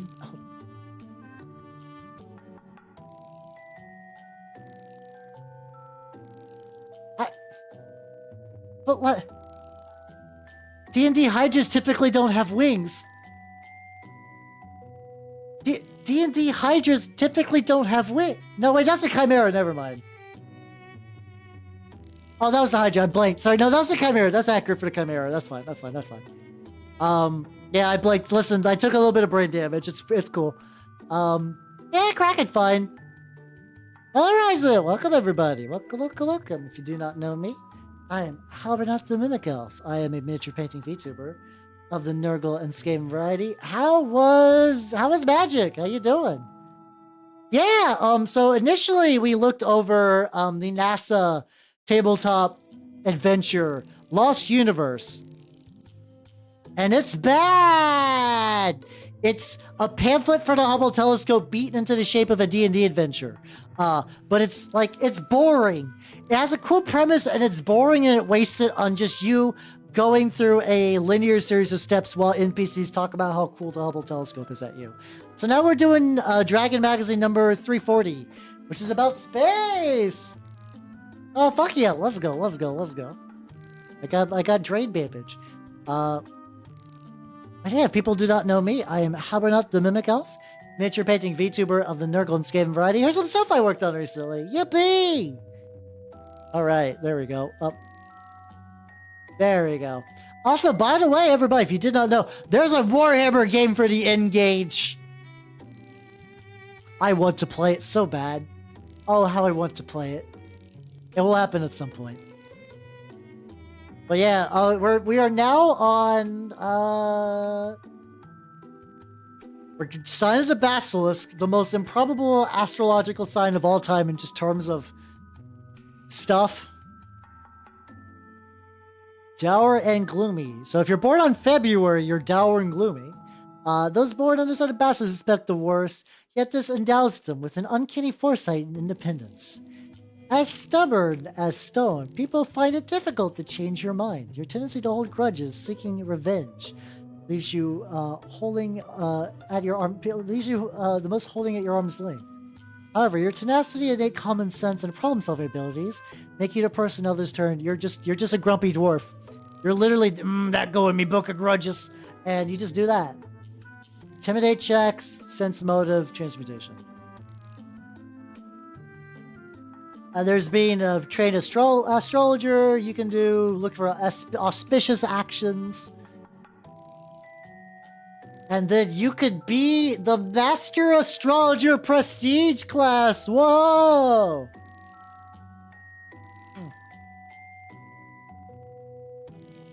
You move Warhammer for the Engage right there since there's a little gap for it.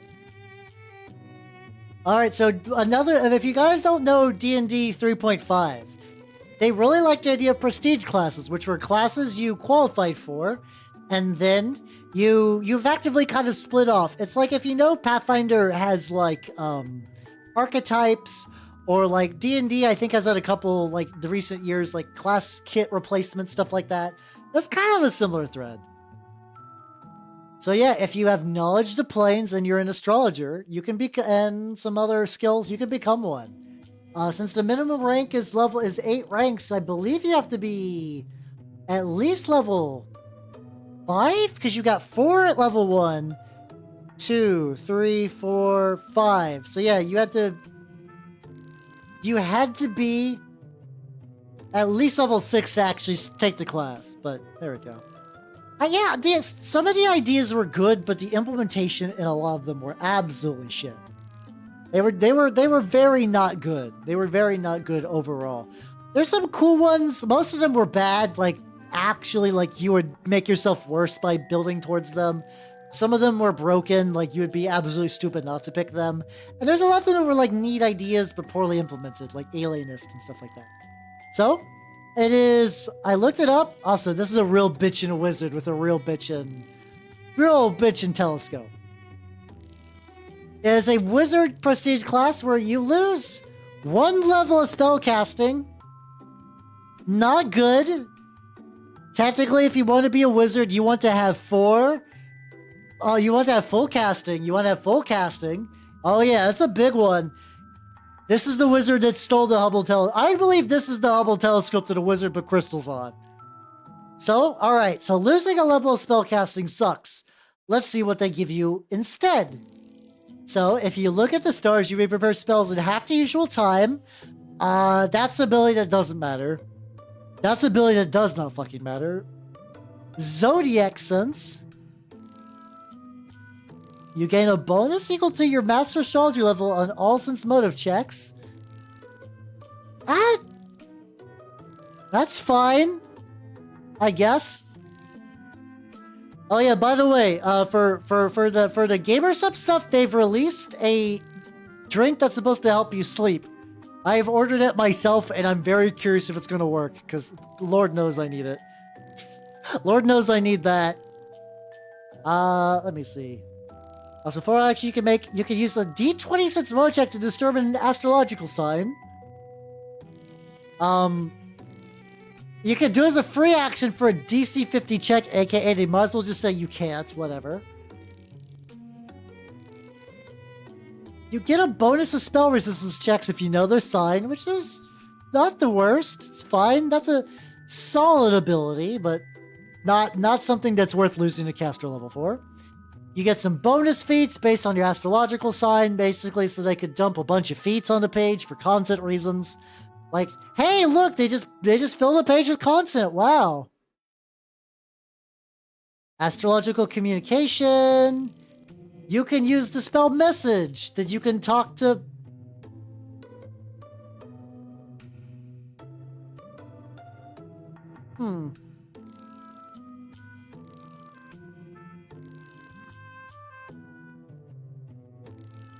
Okay. Maybe carbonated because... No, it's not carbonated because it's like a powder, but I don't know what's in it. I think it's like some sort of like magnesium thing.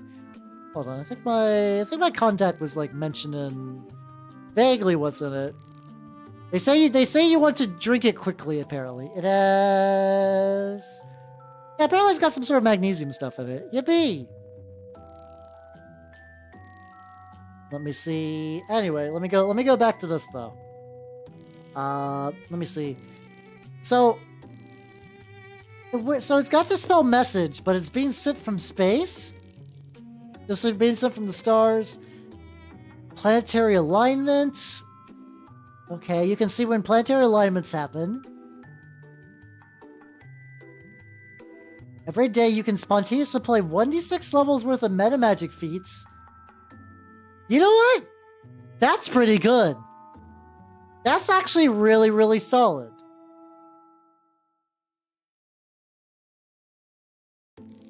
Like, it's like meta magic feats let you do some real broken shit in 3.5.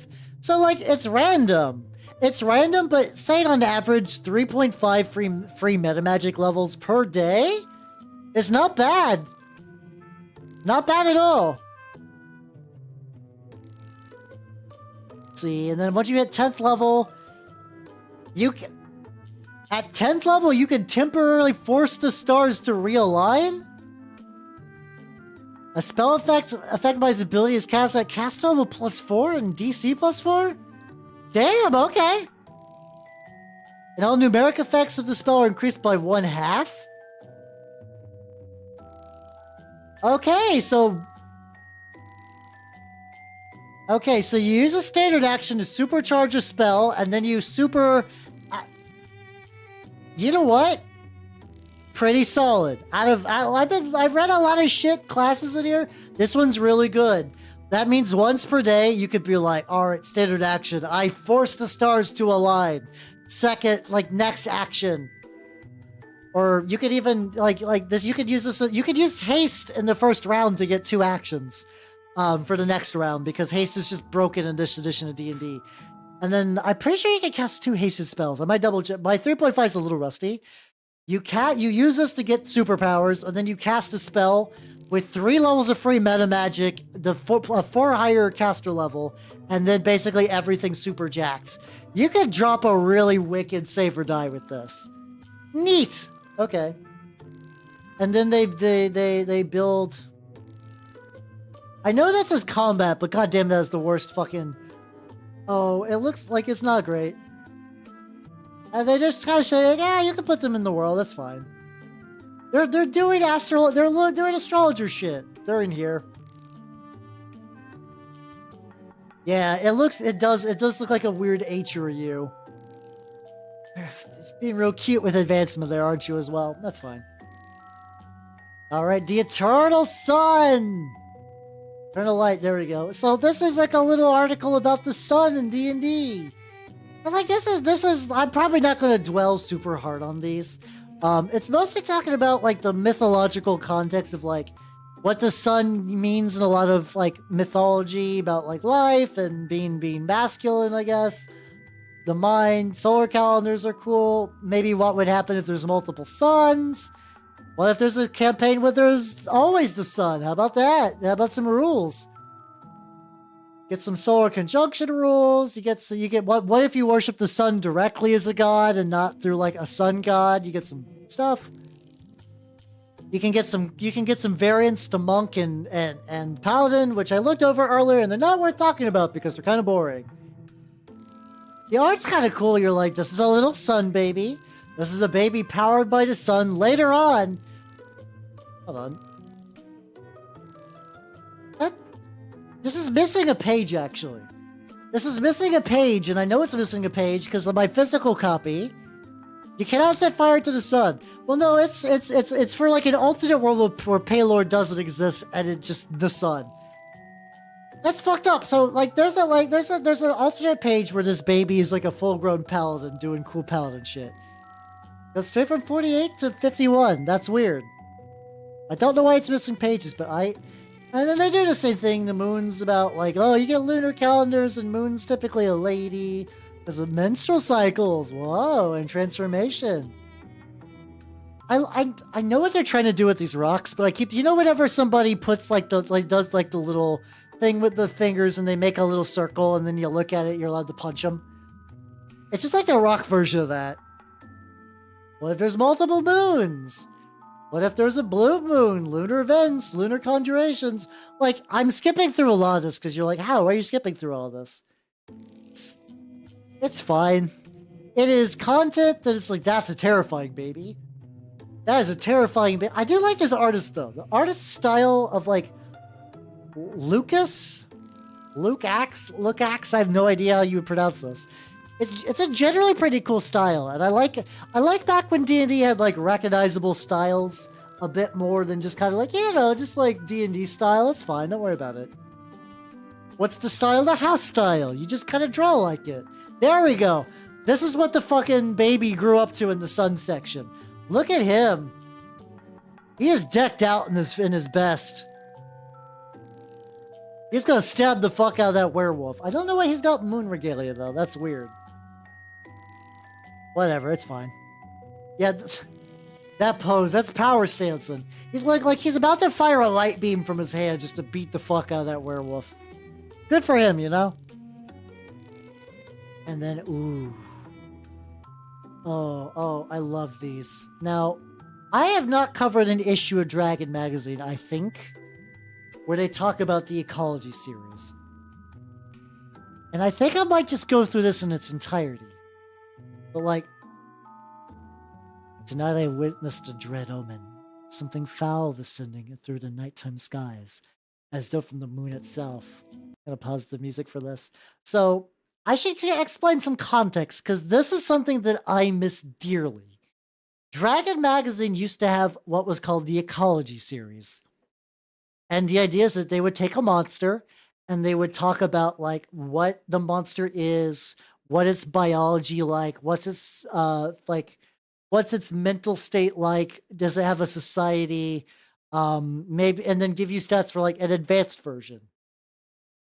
And as a little, as like a middle schooler when I first kind of got into D&D, like I was Dragon Magazine was my introduction to tabletop RPGs. I'm not kidding, because I didn't know what you needed. So I got like a couple of issues of Dragon and a How to Play D&D for Dummies book.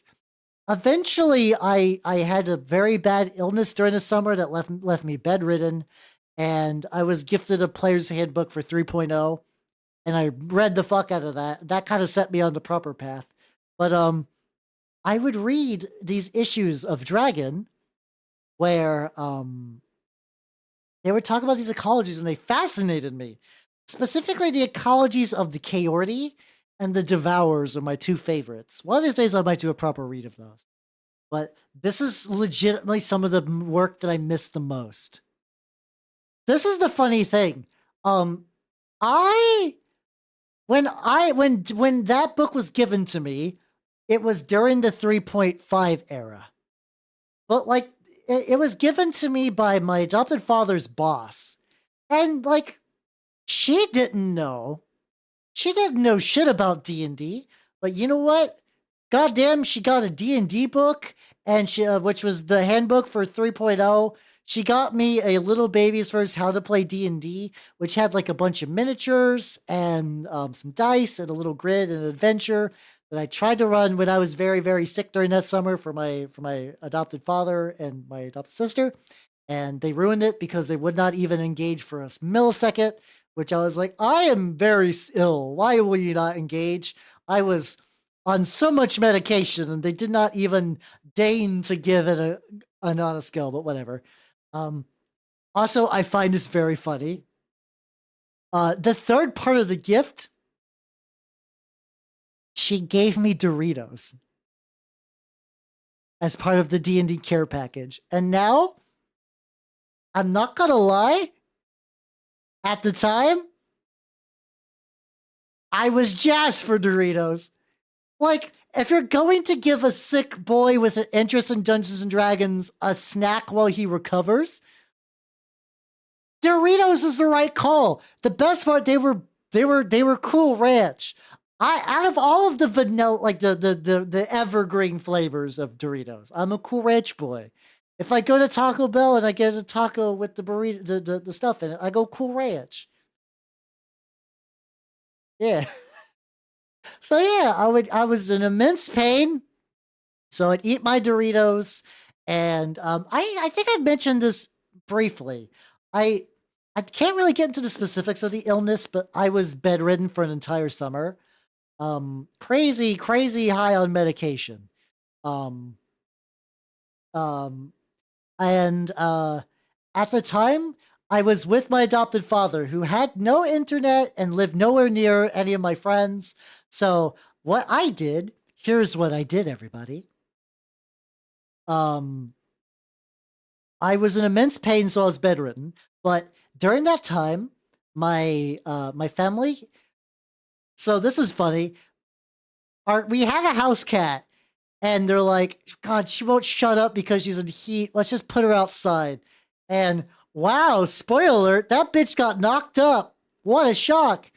And she gave birth in my closet, which, silver lining, I was recovering with a bunch of little baby cats on my belly. The cats, they would just put them when they were like little, like when they were fuzzies, like when they had the fur and the mother wasn't gonna flip out if we held them. So they're just gonna put little closed-eyed baby preemie kitties on my belly, and it was cute. And the mama cat would be around there too, so she knew I wasn't gonna punch him. Um, in addition to that, we did not have cable. What I did have was four DVDs. Would you like to know about the DVD collection that I watched the entire summer when I was on immensely powerful medication? I'll tell you. Azumanga Daioh, the first disc, because I was given the first disc by a weeb friend of mine. I still love Azumanga Daioh. Sasaki, best girl. Still ride or die for Sasaki. It has been years. Don't care. Sasaki, best girl. Best Azumanga. Next, Kagura. After that, the teachers. There's no bad Azumanga Daioh, but Sasaki's the best. Oh my god. The other two, so the other DVDs. One, I had the Invader Zim Season 2 box set. So I just had all Season 2 for Invader Zim. And the remaining two, Red versus Blue, Season 1 and Season 2. Which Season 2 and Season 3. I've actually to this date have never seen Red versus Blue Season 1. I watched a lot of Season 2 and Season 3, which is a weird feeling knowing that Rooster Teeth's dead. Past Red versus Blue and like early Red versus Blue, I never got into Machinima. I never got into like Rooster Teeth stuff. So like, it's weird seeing them die. I don't have a lot of hatred or strong feelings for them. It sounds like they were basically like a weird zombie chugging along after all these years. Tomo's very. I have to state the belief that there are no bad Azumangas. If you like any Azumanga, you're correct. I have a preference, but yours is also equally good. It's a good series. If you've not seen Azumanga Daioh or read Azumanga Daioh, please do so.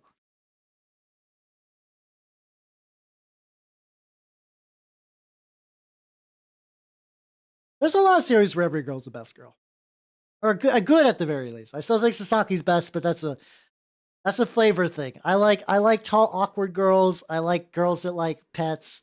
I like tall, awkward girls trying their best. And I have a little bit of injury moe, where it's like if I see a character with like band-aids and stuff, I'm like, oh. Like, do you remember in Sarada Setsubo Sensei, there was the one girl that liked to pet all the animals and she was just absolutely fucked up with band-aids? She was very good. It was very good. Honestly, I'm due for a read of Azumanga Daioh because I used to watch the anime, and the anime never finished the entire series, but I'm aware of the plot twist of the end of I'm aware of the plot twist of Sayonara Zetsubo Sensei. Yeah, I'm so like I want to read it or at least rewatch it. Nichijou is one of my favorites of all time. Do I have the PowerPoint where I have, hold on. I can show you, I think I still have my Google Slides for my HAL 4.0 debut, where if I wanted to find those, which has a list of all of my favorite animes on there. See, hey, there we go. Which slide is this one? Oh no, that's my really, really old one. No, that's not true. I basically have kind of like, my 4th anniversary is actually coming up pretty soon. Next month actually will be my 4 years of VTubing. I am ill prepared. I have an idea. But beyond that, I don't have a, what's it called? Like beyond that, I don't have huge reveal plans going on, so it's probably gonna be pretty chill. Here's like a collection of anime and manga I generally enjoy. I feel that's the thing. This is the thing. I do have on my anime list, but it's wildly out of date. So I grew up in the wild west of VTubing. When I started VTubing, I didn't have a debut because that wasn't like, I didn't know what I was doing. I just started streaming one day and I kept at it for 4 years. Technically, the day that I say is my first, which is November 14th, not November, April 14th, is not the first day I've ever streamed as HAL. It's just the only day I remember by file dates. Like, I have like old V-Roid stuff like that I can show off, but like I was not around for when debut culture existed. But yeah, this is some of my favorite anime and manga stuff. I generally like everything on here quite a bit. All of it's very good. I like all of it. I feel like this is gonna show that I my tastes are very weird. Yeah, read or die. Fuck yeah, let's go. I'm not like your other VTuber girlies, but I think I do have very atypical taste compared to your average VTuber. God, I love Shiki. Shiki is like the best punchline of all time, where it's the build, like usually a lot of anime flubs the ending, but the ending of Shiki is so good. Oh, Goofy, how you doing? Yeah, okay. I'm a very rational person. When I watch stuff, Utena had me like yelling at the screen like, no, Utena, no, he's gonna betray you. Utena, no, please. Also, the cast is very charming in Utena. God, I wanted Utena to have a good life. But yeah, anyway, that's enough about my weebery.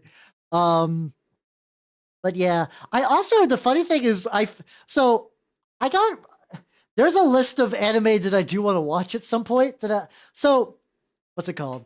Yeah, you can run. You know what's really fucks with me about Shiki? Every single time Netflix or somebody is like, we're going to do a Western adaptation of a Japanese anime, they'll do like fucking, I know they're going for the recognizable titles. So they're going to go, they're going to go for like One Piece and Cowboy Bebop and Death Note.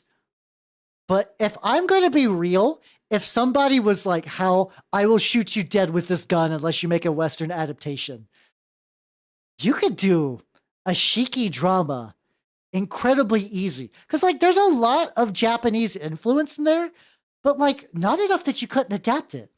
Small town USA in the middle of nowhere in the fucking woods, like small lumber town. A bunch of weirdos from the city show up, and like, I love Shiki and the crazy hair, but the crazy hair really telegraphs who's going to be important and who's going to become a vampire. If you had like normal people hair, no one would know. No one would know. Like, you would, the suspension would actually be like pretty high. It would adapt super well, but because it's not fucking like a name that somebody who would buy a Shonen Jump would recognize, I'll never do that. Not saying that I want them to adapt Shiki. I'm just saying that like the material's there. I actually don't think I've ever seen the Read or Die to TV series. I have watched the OVA a lot. Um, I don't. This is gonna sound weird. I don't really have a waifu. Like, a lot of people like talk about like seasonal waifus or whatever, but I am part of the generation where like your waifu, like somebody read Fate Stay Night and Saber became their waifu, and they've still been drawing Saber ever since. I've never had that connection. If I had to have one, from like a very very shallow mindset, Yomiko Reedman is like, mwah, chef's kiss, molto bene. You know. She's very good. Well, yeah, I was about to say, um, I have no idea. I've never watched Sunny Boy, but I was watching. Got saw this on Twitter recently, and I was like, hey, you know what? That's a lot of anime I've either watched or I've been meaning to watch. Like Humanity Has Declined is pretty good. Is Kaiba on here? I don't know why Kaiba's not on here. I remember liking Ping Pong a lot. I like Monogatari. Madoka's Madoka. And it's like I've been meaning to watch Welcome to the NHK. I've been meaning to watch Mononoke. I've been meaning to watch Kyosuke. I was like, ooh, I have Paranoia Agent, of course, very, very good. I was like, this is like the weird nonsense anime that I'm fucking down for. And I'm just, yeah, that's about right.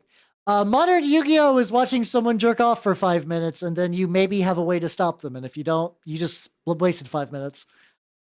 I can't get into it. I can't get into it. Magic is flawed as fuck as a game, but goddamn, can you at least have like a game of Magic? Anyway, goddamn, that was a fucking tangent if I've ever had one. Let's go over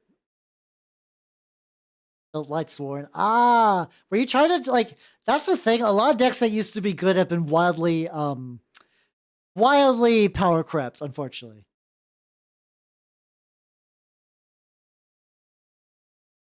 Decks that were meta like 3 months ago are bad. It's how they sell products. It sucks. I hate it. But that's why I just don't spend time with Yu-Gi-Oh! I don't engage with Yu-Gi-Oh! All right. So we're gonna go. I'm basically gonna go probably through this entire article. This is where most of the reading on this is gonna go, which is fine. The ecology of the mooncalf. Massive and alien, rumored and feared, where the shadow of the mooncalf falls, tragedy follows. The living tools of beings distant, unfathomable. These flying terrors, masses of wings, tentacles, and slopping rubbery flesh, possess great intellect and even greater powers. Beholden the philosophy's goals and motivations incomprehensible to any humanoid race. They cling to the highest reaches of the world, watching and waiting, malformed voyeurs and harbingers of doom. And like comparing that to the fucking, what if the astrological sign was a sturge is wild, but okay. History. It is no surprise that the mooncalves seem otherworldly, for their racial origins trace back to beings beyond any world. In the airless voids between the worlds, titanic things of immense power known only as the moon gods came into being. While other races first developed awareness on worlds nurtured by water, air, and earth, only endless expanses of cold and darkness nursed the moon gods. Learning from the motion of the stars, their thoughts formed in ways utterly alien to any creature bound beneath a single sky, harmonizing them to the secrets of heavenly. Thus, the moon gods developed astrology before any other art, holding the constellations themselves as deities of a kind. Guided by their sacred stars, the moon gods drifted through the void, eventually coming upon whole worlds of other beings. Fascinated by these blue-green orbs, the moon gods sought to explore them, but discovered they could not survive in the thick chemicals of air and water. Overly curious, though, many moon gods peered too close, being drawn by to their death spot like moths to a flame. Thus, the moon gods created mooncalves, lesser aspects of themselves, better suited to explore these worlds. The mooncalves were given wings to fly through thick resistance of air, as well as forms enabling them to survive and experience these soft expanses of wet. Birthed into the upper reaches of each world, moon gods wish to explore. These creatures, half children, half living tools, left to make whatever discovers them. As such, the first mooncalves came around, fully aware of their racial quests, the orphans of great powers that they only instinctually understand and can never reach. And you can see why I was enraptured by these. How you doing, Fagoth? Welcome, welcome, welcome. How you doing? Let me stretch. Let me stretch. How you doing?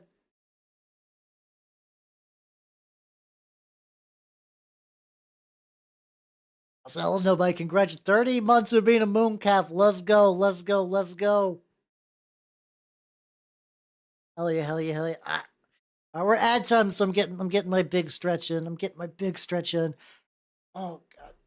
I also like the little knowledge of the mooncalf. Like this is what the like the if like D&D 4th edition had like the infamous bear lore, which is like, oh, roll see on this chart how much you know about stuff, which is good for a lot of things, but then you see bears, like I should know what a bear is. I should know what a bear is.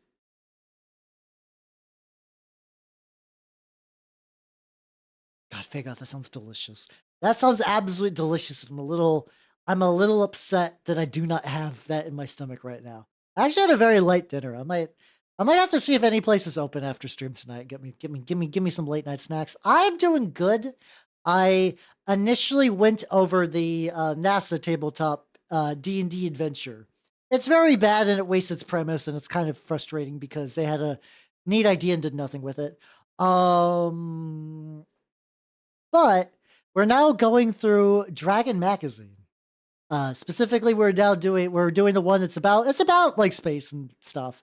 We're doing the Ecology of the Mooncalf, which it's unfortunately split very awkwardly between these two. It's kind of like a Cthulhu head with wings in D&D at the time. Actually, let me see if I can get a picture of a mooncalf D&D.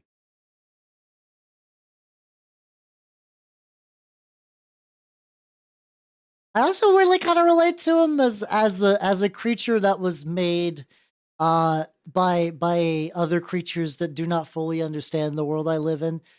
We're not so different, you and I, Mooncalf.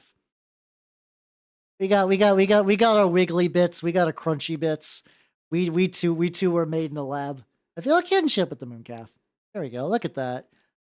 Look at his lad. Look at him. Oh, by the way, Lemon Pig's still doing good. I'm still checking up on it from time to time. I'll put the Mooncalf pic. I'll put him in the corner.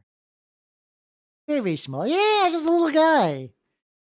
Got little guy energy. I'm not removing the Warhammer Engage game because I need to be reminded of it at all times. Warhammer made an Engage game and it drives me fucking wild. Oh, speaking about subs and stuff, we have a new animated emote, by the way, if you've not checked it out. Once again, courtesy of Echo. Is that? There we go. It's the yap emote. If you would like to yap or say hi, there you go. Look at it. The little guy just going Echo made that. It's for I'm doing a collab with Echo on Monday, but she made this and was like, here you go, there's an emote form. I'm like, fuck yeah, let's go. Once again, shout out to my Oomphy Echo Gummy. Very, very cool lady. Let's go. And with that, let's continue reading about the moon. Physiology of the mooncalf. Winged tentacle masses of muscle, cartilage, and mucus. Mooncalves are horrors to behold. Bulbous and uneven. Their bodies resemble large brains fixed with dead white eyes, two thick tentacles longer than their wingspan, and a protective cluster of numerous smaller. Nested at the base of this mass of smaller tentacles is a razor-sharp beak similar to a squid's, in which coil a long pair of long, whip-thin tongues. The flesh of a mooncalf is much denser than most terrestrial creatures, making it strangely resistant to non-magic attacks. Awkward flyers, mooncalves jerk about like bait dangling on an invisible lure, but their powerful wings allow them to move like this at great speed. Ill-adapted to ground movement, earthbound mooncalves seem vulnerable. In truth, their long tentacles have more than enough strength to drag their bodies in swift, yet ungainly twitches and wet flops.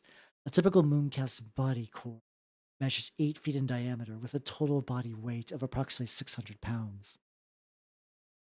Oh, what's some Breen emote? So I used to show Breen movies in the Discord, and then we kind of ran out. And during that time, we took a screenshot of Neil Breen, and it was an emote in Discord. And I was like, you know what? I'm gonna make a Neil Breen emote, and no one stopped me. So fuck yeah, let's go. We're just having a little fun. It's fine. Mooncalves don't have dietary needs like other creatures. Rather than requiring certain materials and minerals to survive, mooncalves nourish by consuming any substance, organic or inorganic. Well, they still starve if they don't consume. Oh, hey, that's the picture. There we go. This just a nicer version of that. At least their body weight and material every week. Such possibilities seem unlikely. Mooncalves prefer a variety of food sources and actively avoid eating the same material twice. Living organisms, however, seem to be different enough that a mooncalf's considered two different beings, two different meals.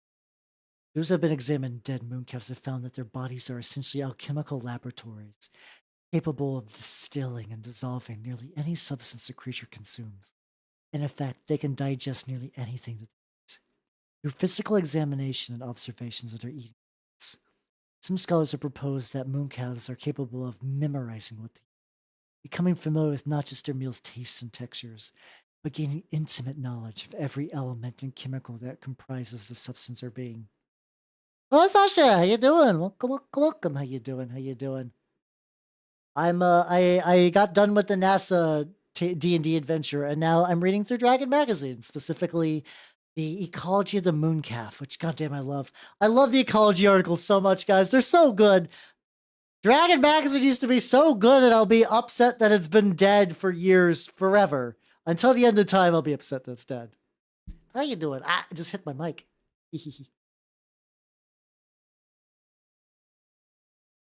There we go.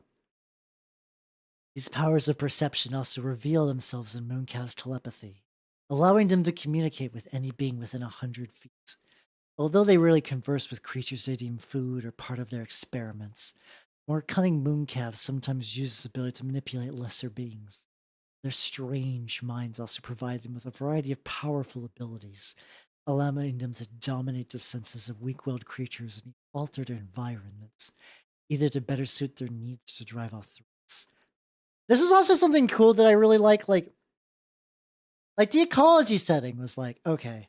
I call it, sorry, the astrological side was like, yeah, it's, it's got stuff, it's got filler. This has got a plot hook. Hey, NASA RPG, look, a plot hook. Wow, somebody's been acting weird recently. I wonder why. You investigate why, and you're like, oh shit, a moon, like, something's controlling their brains. What is it? A mooncalf. Maybe the mooncalf is like flies away after being revealed and goes to do it elsewhere. You're like, oh fuck, we gotta stop that. And like, if you want to get even wilder, you could have it like a build up to like a moon. Like, they have similar looks, but they have different purposes. Like mooncalves are definitely more like a messenger of like a Lovecraftian sort of god deity thing. I like mind flayers a lot. I also think mooncalves would be easier to implement. The thing about like, I think newer editions of D&D made mind flayers weaker so they could actually be ran. They used to have such a huge part of the D&D lore, but be like wildly difficult to run because they were just so goddamn expensive, like CR wise. I think the implication that it's a calf of the moon gods themselves. Like the moon cow would be the moon god. Mooncalves do not sleep, although they have no immunity to magical sleep. Many mooncalves fly constantly, spending days or even weeks in the air. On worlds where low-hanging moons or floating chunks of land can be reached through flight, These mooncalves prefer these homes, but otherwise they find high mountains, hills, or ominous abandoned towers to serve as their lairs. No young mooncalves have ever been sighted, leading to the belief that all mooncalves are the same age, spawned from the same single mass birth. Only slight color variations, differing numbers of tentacles and size, distinguishes between individuals. Size variation among mooncalves also proves strange, as it appears to be experience, events witnesses, and variety of creatures consumed. In short, every tidbit of information a mooncalf gathers seems to imperceptibly add to its bulk, eventually adding up, increasing its size as well, as I consider powers as a moon lord. Wait, Kingpin born again? I think Kingpin comics are generally good from what I understand. And yeah, look cool, there's a moon god if you want to add them as like a deity. It's like, oh, you could have like, once again, you could have moon calves, you could have the moon god. I believe it. I believe you could give a good moon calf a good socket to him. But yeah, like once again, this is the kind of shit that activates my brain. Hey, look, as a DM, a moon god is like, hey, you could have cultists, you got the moon calf itself, you have creatures from the moon, kind of the pseudo-natural template from 3.5. Oh, we're gonna tip that moon calf. I'll tell you what. Well, yeah, like there's like, at least to me, there's a plot here. There's hooks. There's intriguing things. I've actually not. Those are in the Funger 2, right?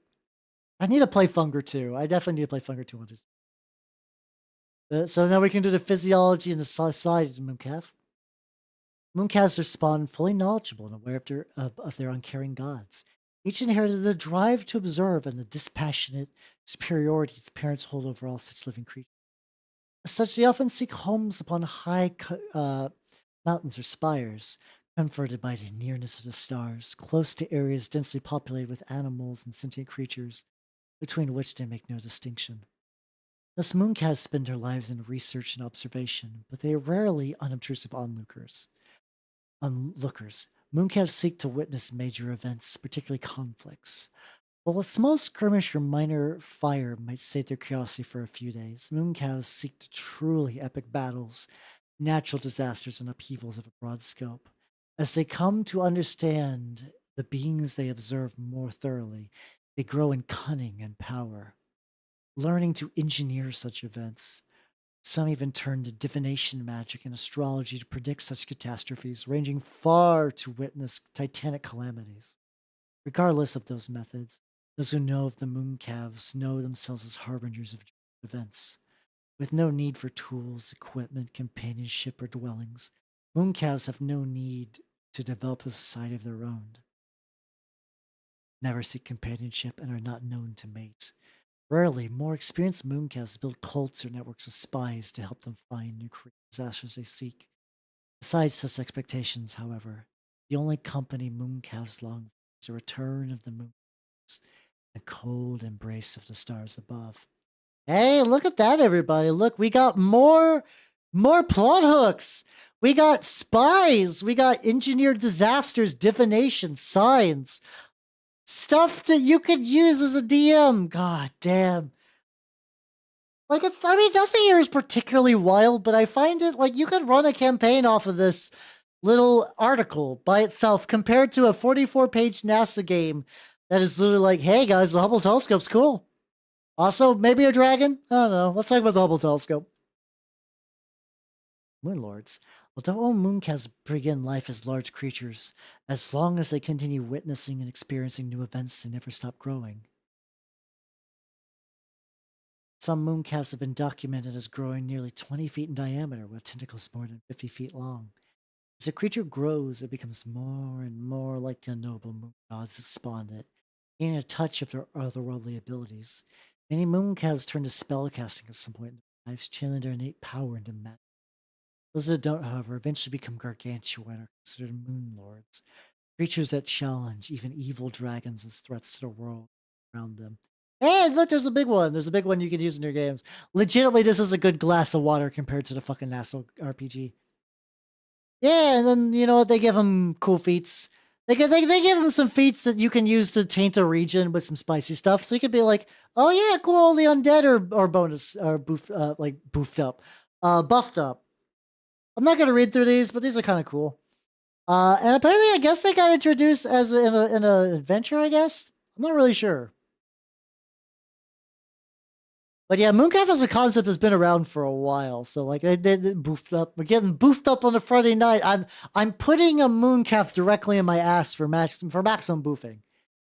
And then they got different ways. It's like, hey, do you want them to be from like evil gods, or you want to be from like yeah, you can bring illithids in there? Why not? Other planes, cool.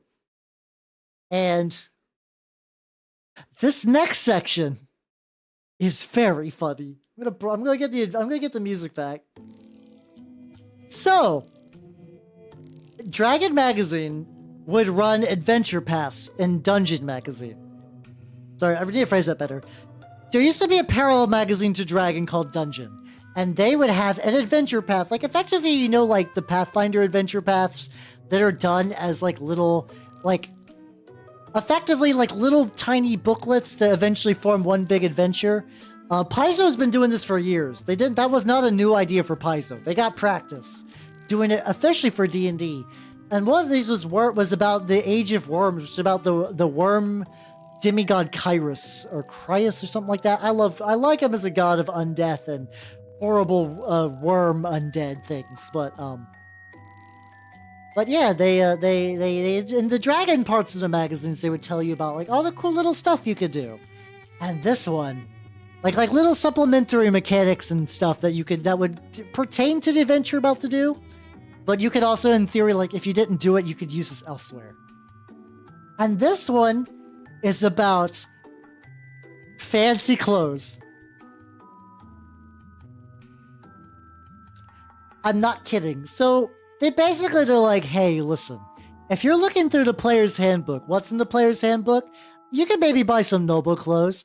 But that's missing a level of mechanical depth that we as a D&D 3.5 magazine will not stand. So they wrote an entire section of like, what if when you're looking for your fancy noble clothes for the fancy noble clothes bar, what if there's a separate stat called style? And if you went to hard to find places, like maybe if you got custom tailored, or you had to like use diplomacy to enter a very rare, hard to get into exclusive place. Also, something I've always loved, something that brings me joy forever, is when an adventurer has to dress up for a fancy ball, and there's always a picture like this of somebody who is not meant for that. Gets to put on the frilly dress. It's like the tomboy in a sundress effect, but for adventurers. Like, you guys know tomboys, right? Put a tomboy in a straw hat and a sundress, and it's like, well, I need to shift forms for this. It is chef's kiss to the highest degree. It is very good. Yeah, you get that dichotomy between like tough and adventurous and active, and then you put on you gotta put on a cute little dress. I'm like, yay, neurons activated. So yeah. Let's talk about, it's like, oh, maybe before you go to the big noble thing, maybe you get a fancy mint bath that gives you a little bit of style, or maybe yeah, you have to like contact a god that has like a portfolio involving style, or there's different what's it called, like clothing manufacturers, and they go in and out of style, like oh, are you wearing last year's clothes? You might get a little bit of style points, but not enough. Or like I like this one, it's like, yeah, you can get some cool vintage accessories here, but if somebody catches you going in there, you will lose style points. You're gonna lose some style points. And then they got magical items for all of the, they have magical items for all of the zodiac symbols they made up based on the monsters. I don't think they're worth reading into. Like, I like D&D 3.5. Just going over magic items is the most boring shit ever, unless you're actively building a character. Like, oh no, wow, cool, the Ettins Club. It's a +2 great club. That when you make an attack you could attack a random creature instead. Whoa. And you get to do extra damage. Whoa. No one in 2024 gives a shit about a hyper-specific shitty club. So yeah. And then the Twilight Codex, which werewolf, very styling werewolf, doing some moon magic shit. It's just some more D&D spell bloat. It's just D&D spell bloat with like a very moon theme. Like, yeah, you got moon stuff. This doesn't matter. It doesn't matter. It's just D&D spells. Like, could I?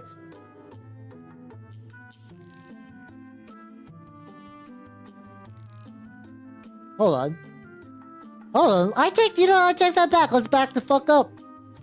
There's a spell called Lunacy, where, on the night of a full moon, the target is affected by the spell is unable to independently determine what to do in a matter of confusion.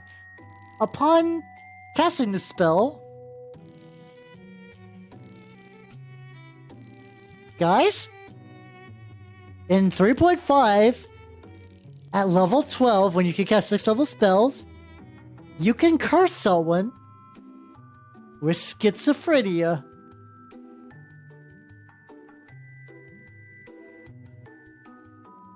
Oh, old role-playing games. Aren't you funny? Aren't you funny? Now causing someone to be suicidal feels like the most, like, roundabout way of just, like, having someone murdered in a game where you could just disintegrate someone, but whatever. I guess if you wanted to cast it on a paladin, so under the full moon he becomes chaotic evil and maybe falls, I don't know. But just seeing it, like, I, Erastimus the Druid, curse you with schizophrenia. Oh, you will go onto message boards and make them worse. Whoa! God damn, okay. I will say, like, I'm not, RPGs and mental illness, I'm not gonna go, like, RPGs, like, they use them in a very dumb way. I kind of look at it when it's just like you look at like old, like, I don't know, like stuff you did in high school where you're like, that was a dumb thing for me to do. But you're like, oh, you didn't know any better. You're funny. You wacky people, you put Cast Schizophrenia in a magazine and people would pay $6 for it. And then we go to the comics. Fuck Full Frontal Nerdity. It is the worst. It and Nodwick are actively anti-fun. They are not even worth me bothering to read. Also, I don't know why this is in here, but they bring in the Black Cauldron, and specifically the Black Cauldron from the Black Cauldron. It's just here now. It's just here. And in the back of this book, I don't know why. I don't know why they bring it up. It's cool. They basically like, hey, there's a spooky book that when you put a skeleton in, you get cool evil skeletons. Like, no, I don't think so. I don't think this is an ad because like they show off like, yeah, they show up the Disney version a couple of times, but they also bring up like the book. I don't know. They talk about the original author too. It's a choice. I don't know why they did it. I don't think it's bad content or anything. Like, it's cool. It's cool that you put a corpse in there and evil skeletons come out. Like, that's rad. You could use that for an adventure and that'd still be rad. That's a rad picture. I'm glad they drew that. Look how cool that picture is. Baffling choice, though. I don't understand why. And then there's a funky template to make something as very funky special type of undead. Basically, it's like a cool undead with a bunch of cool abilities, but if you break the cauldron, it dies.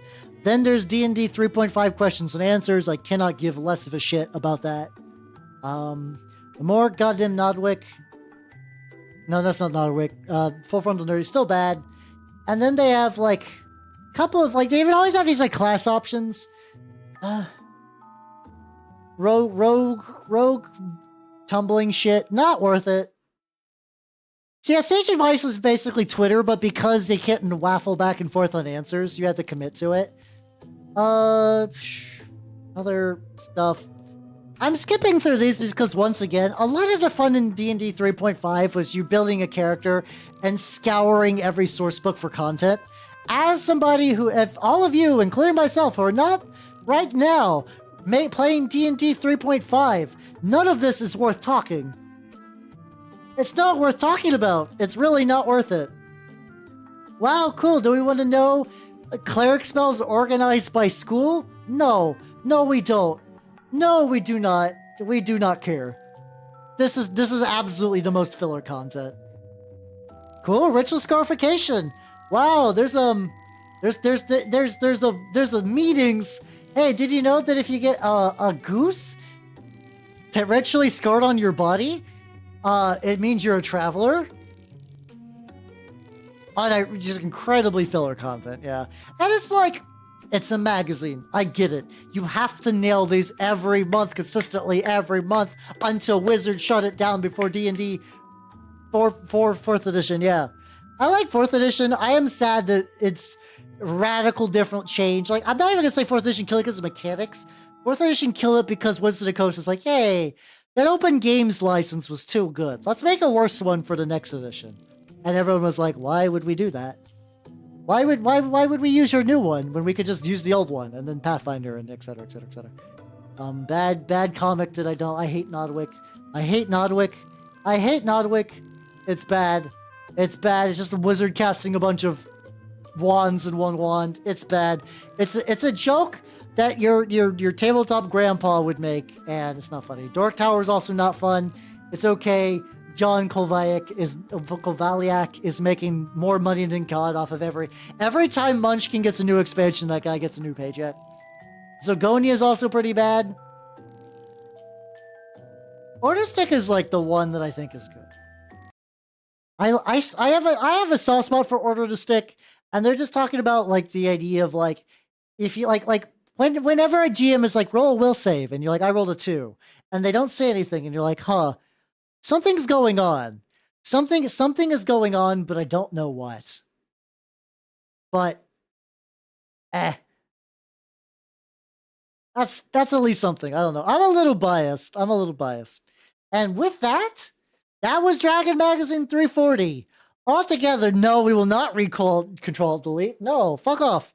Yeah, the thing that bothers me about and I understand, Order to Stick is Rich Burlew's cash money source.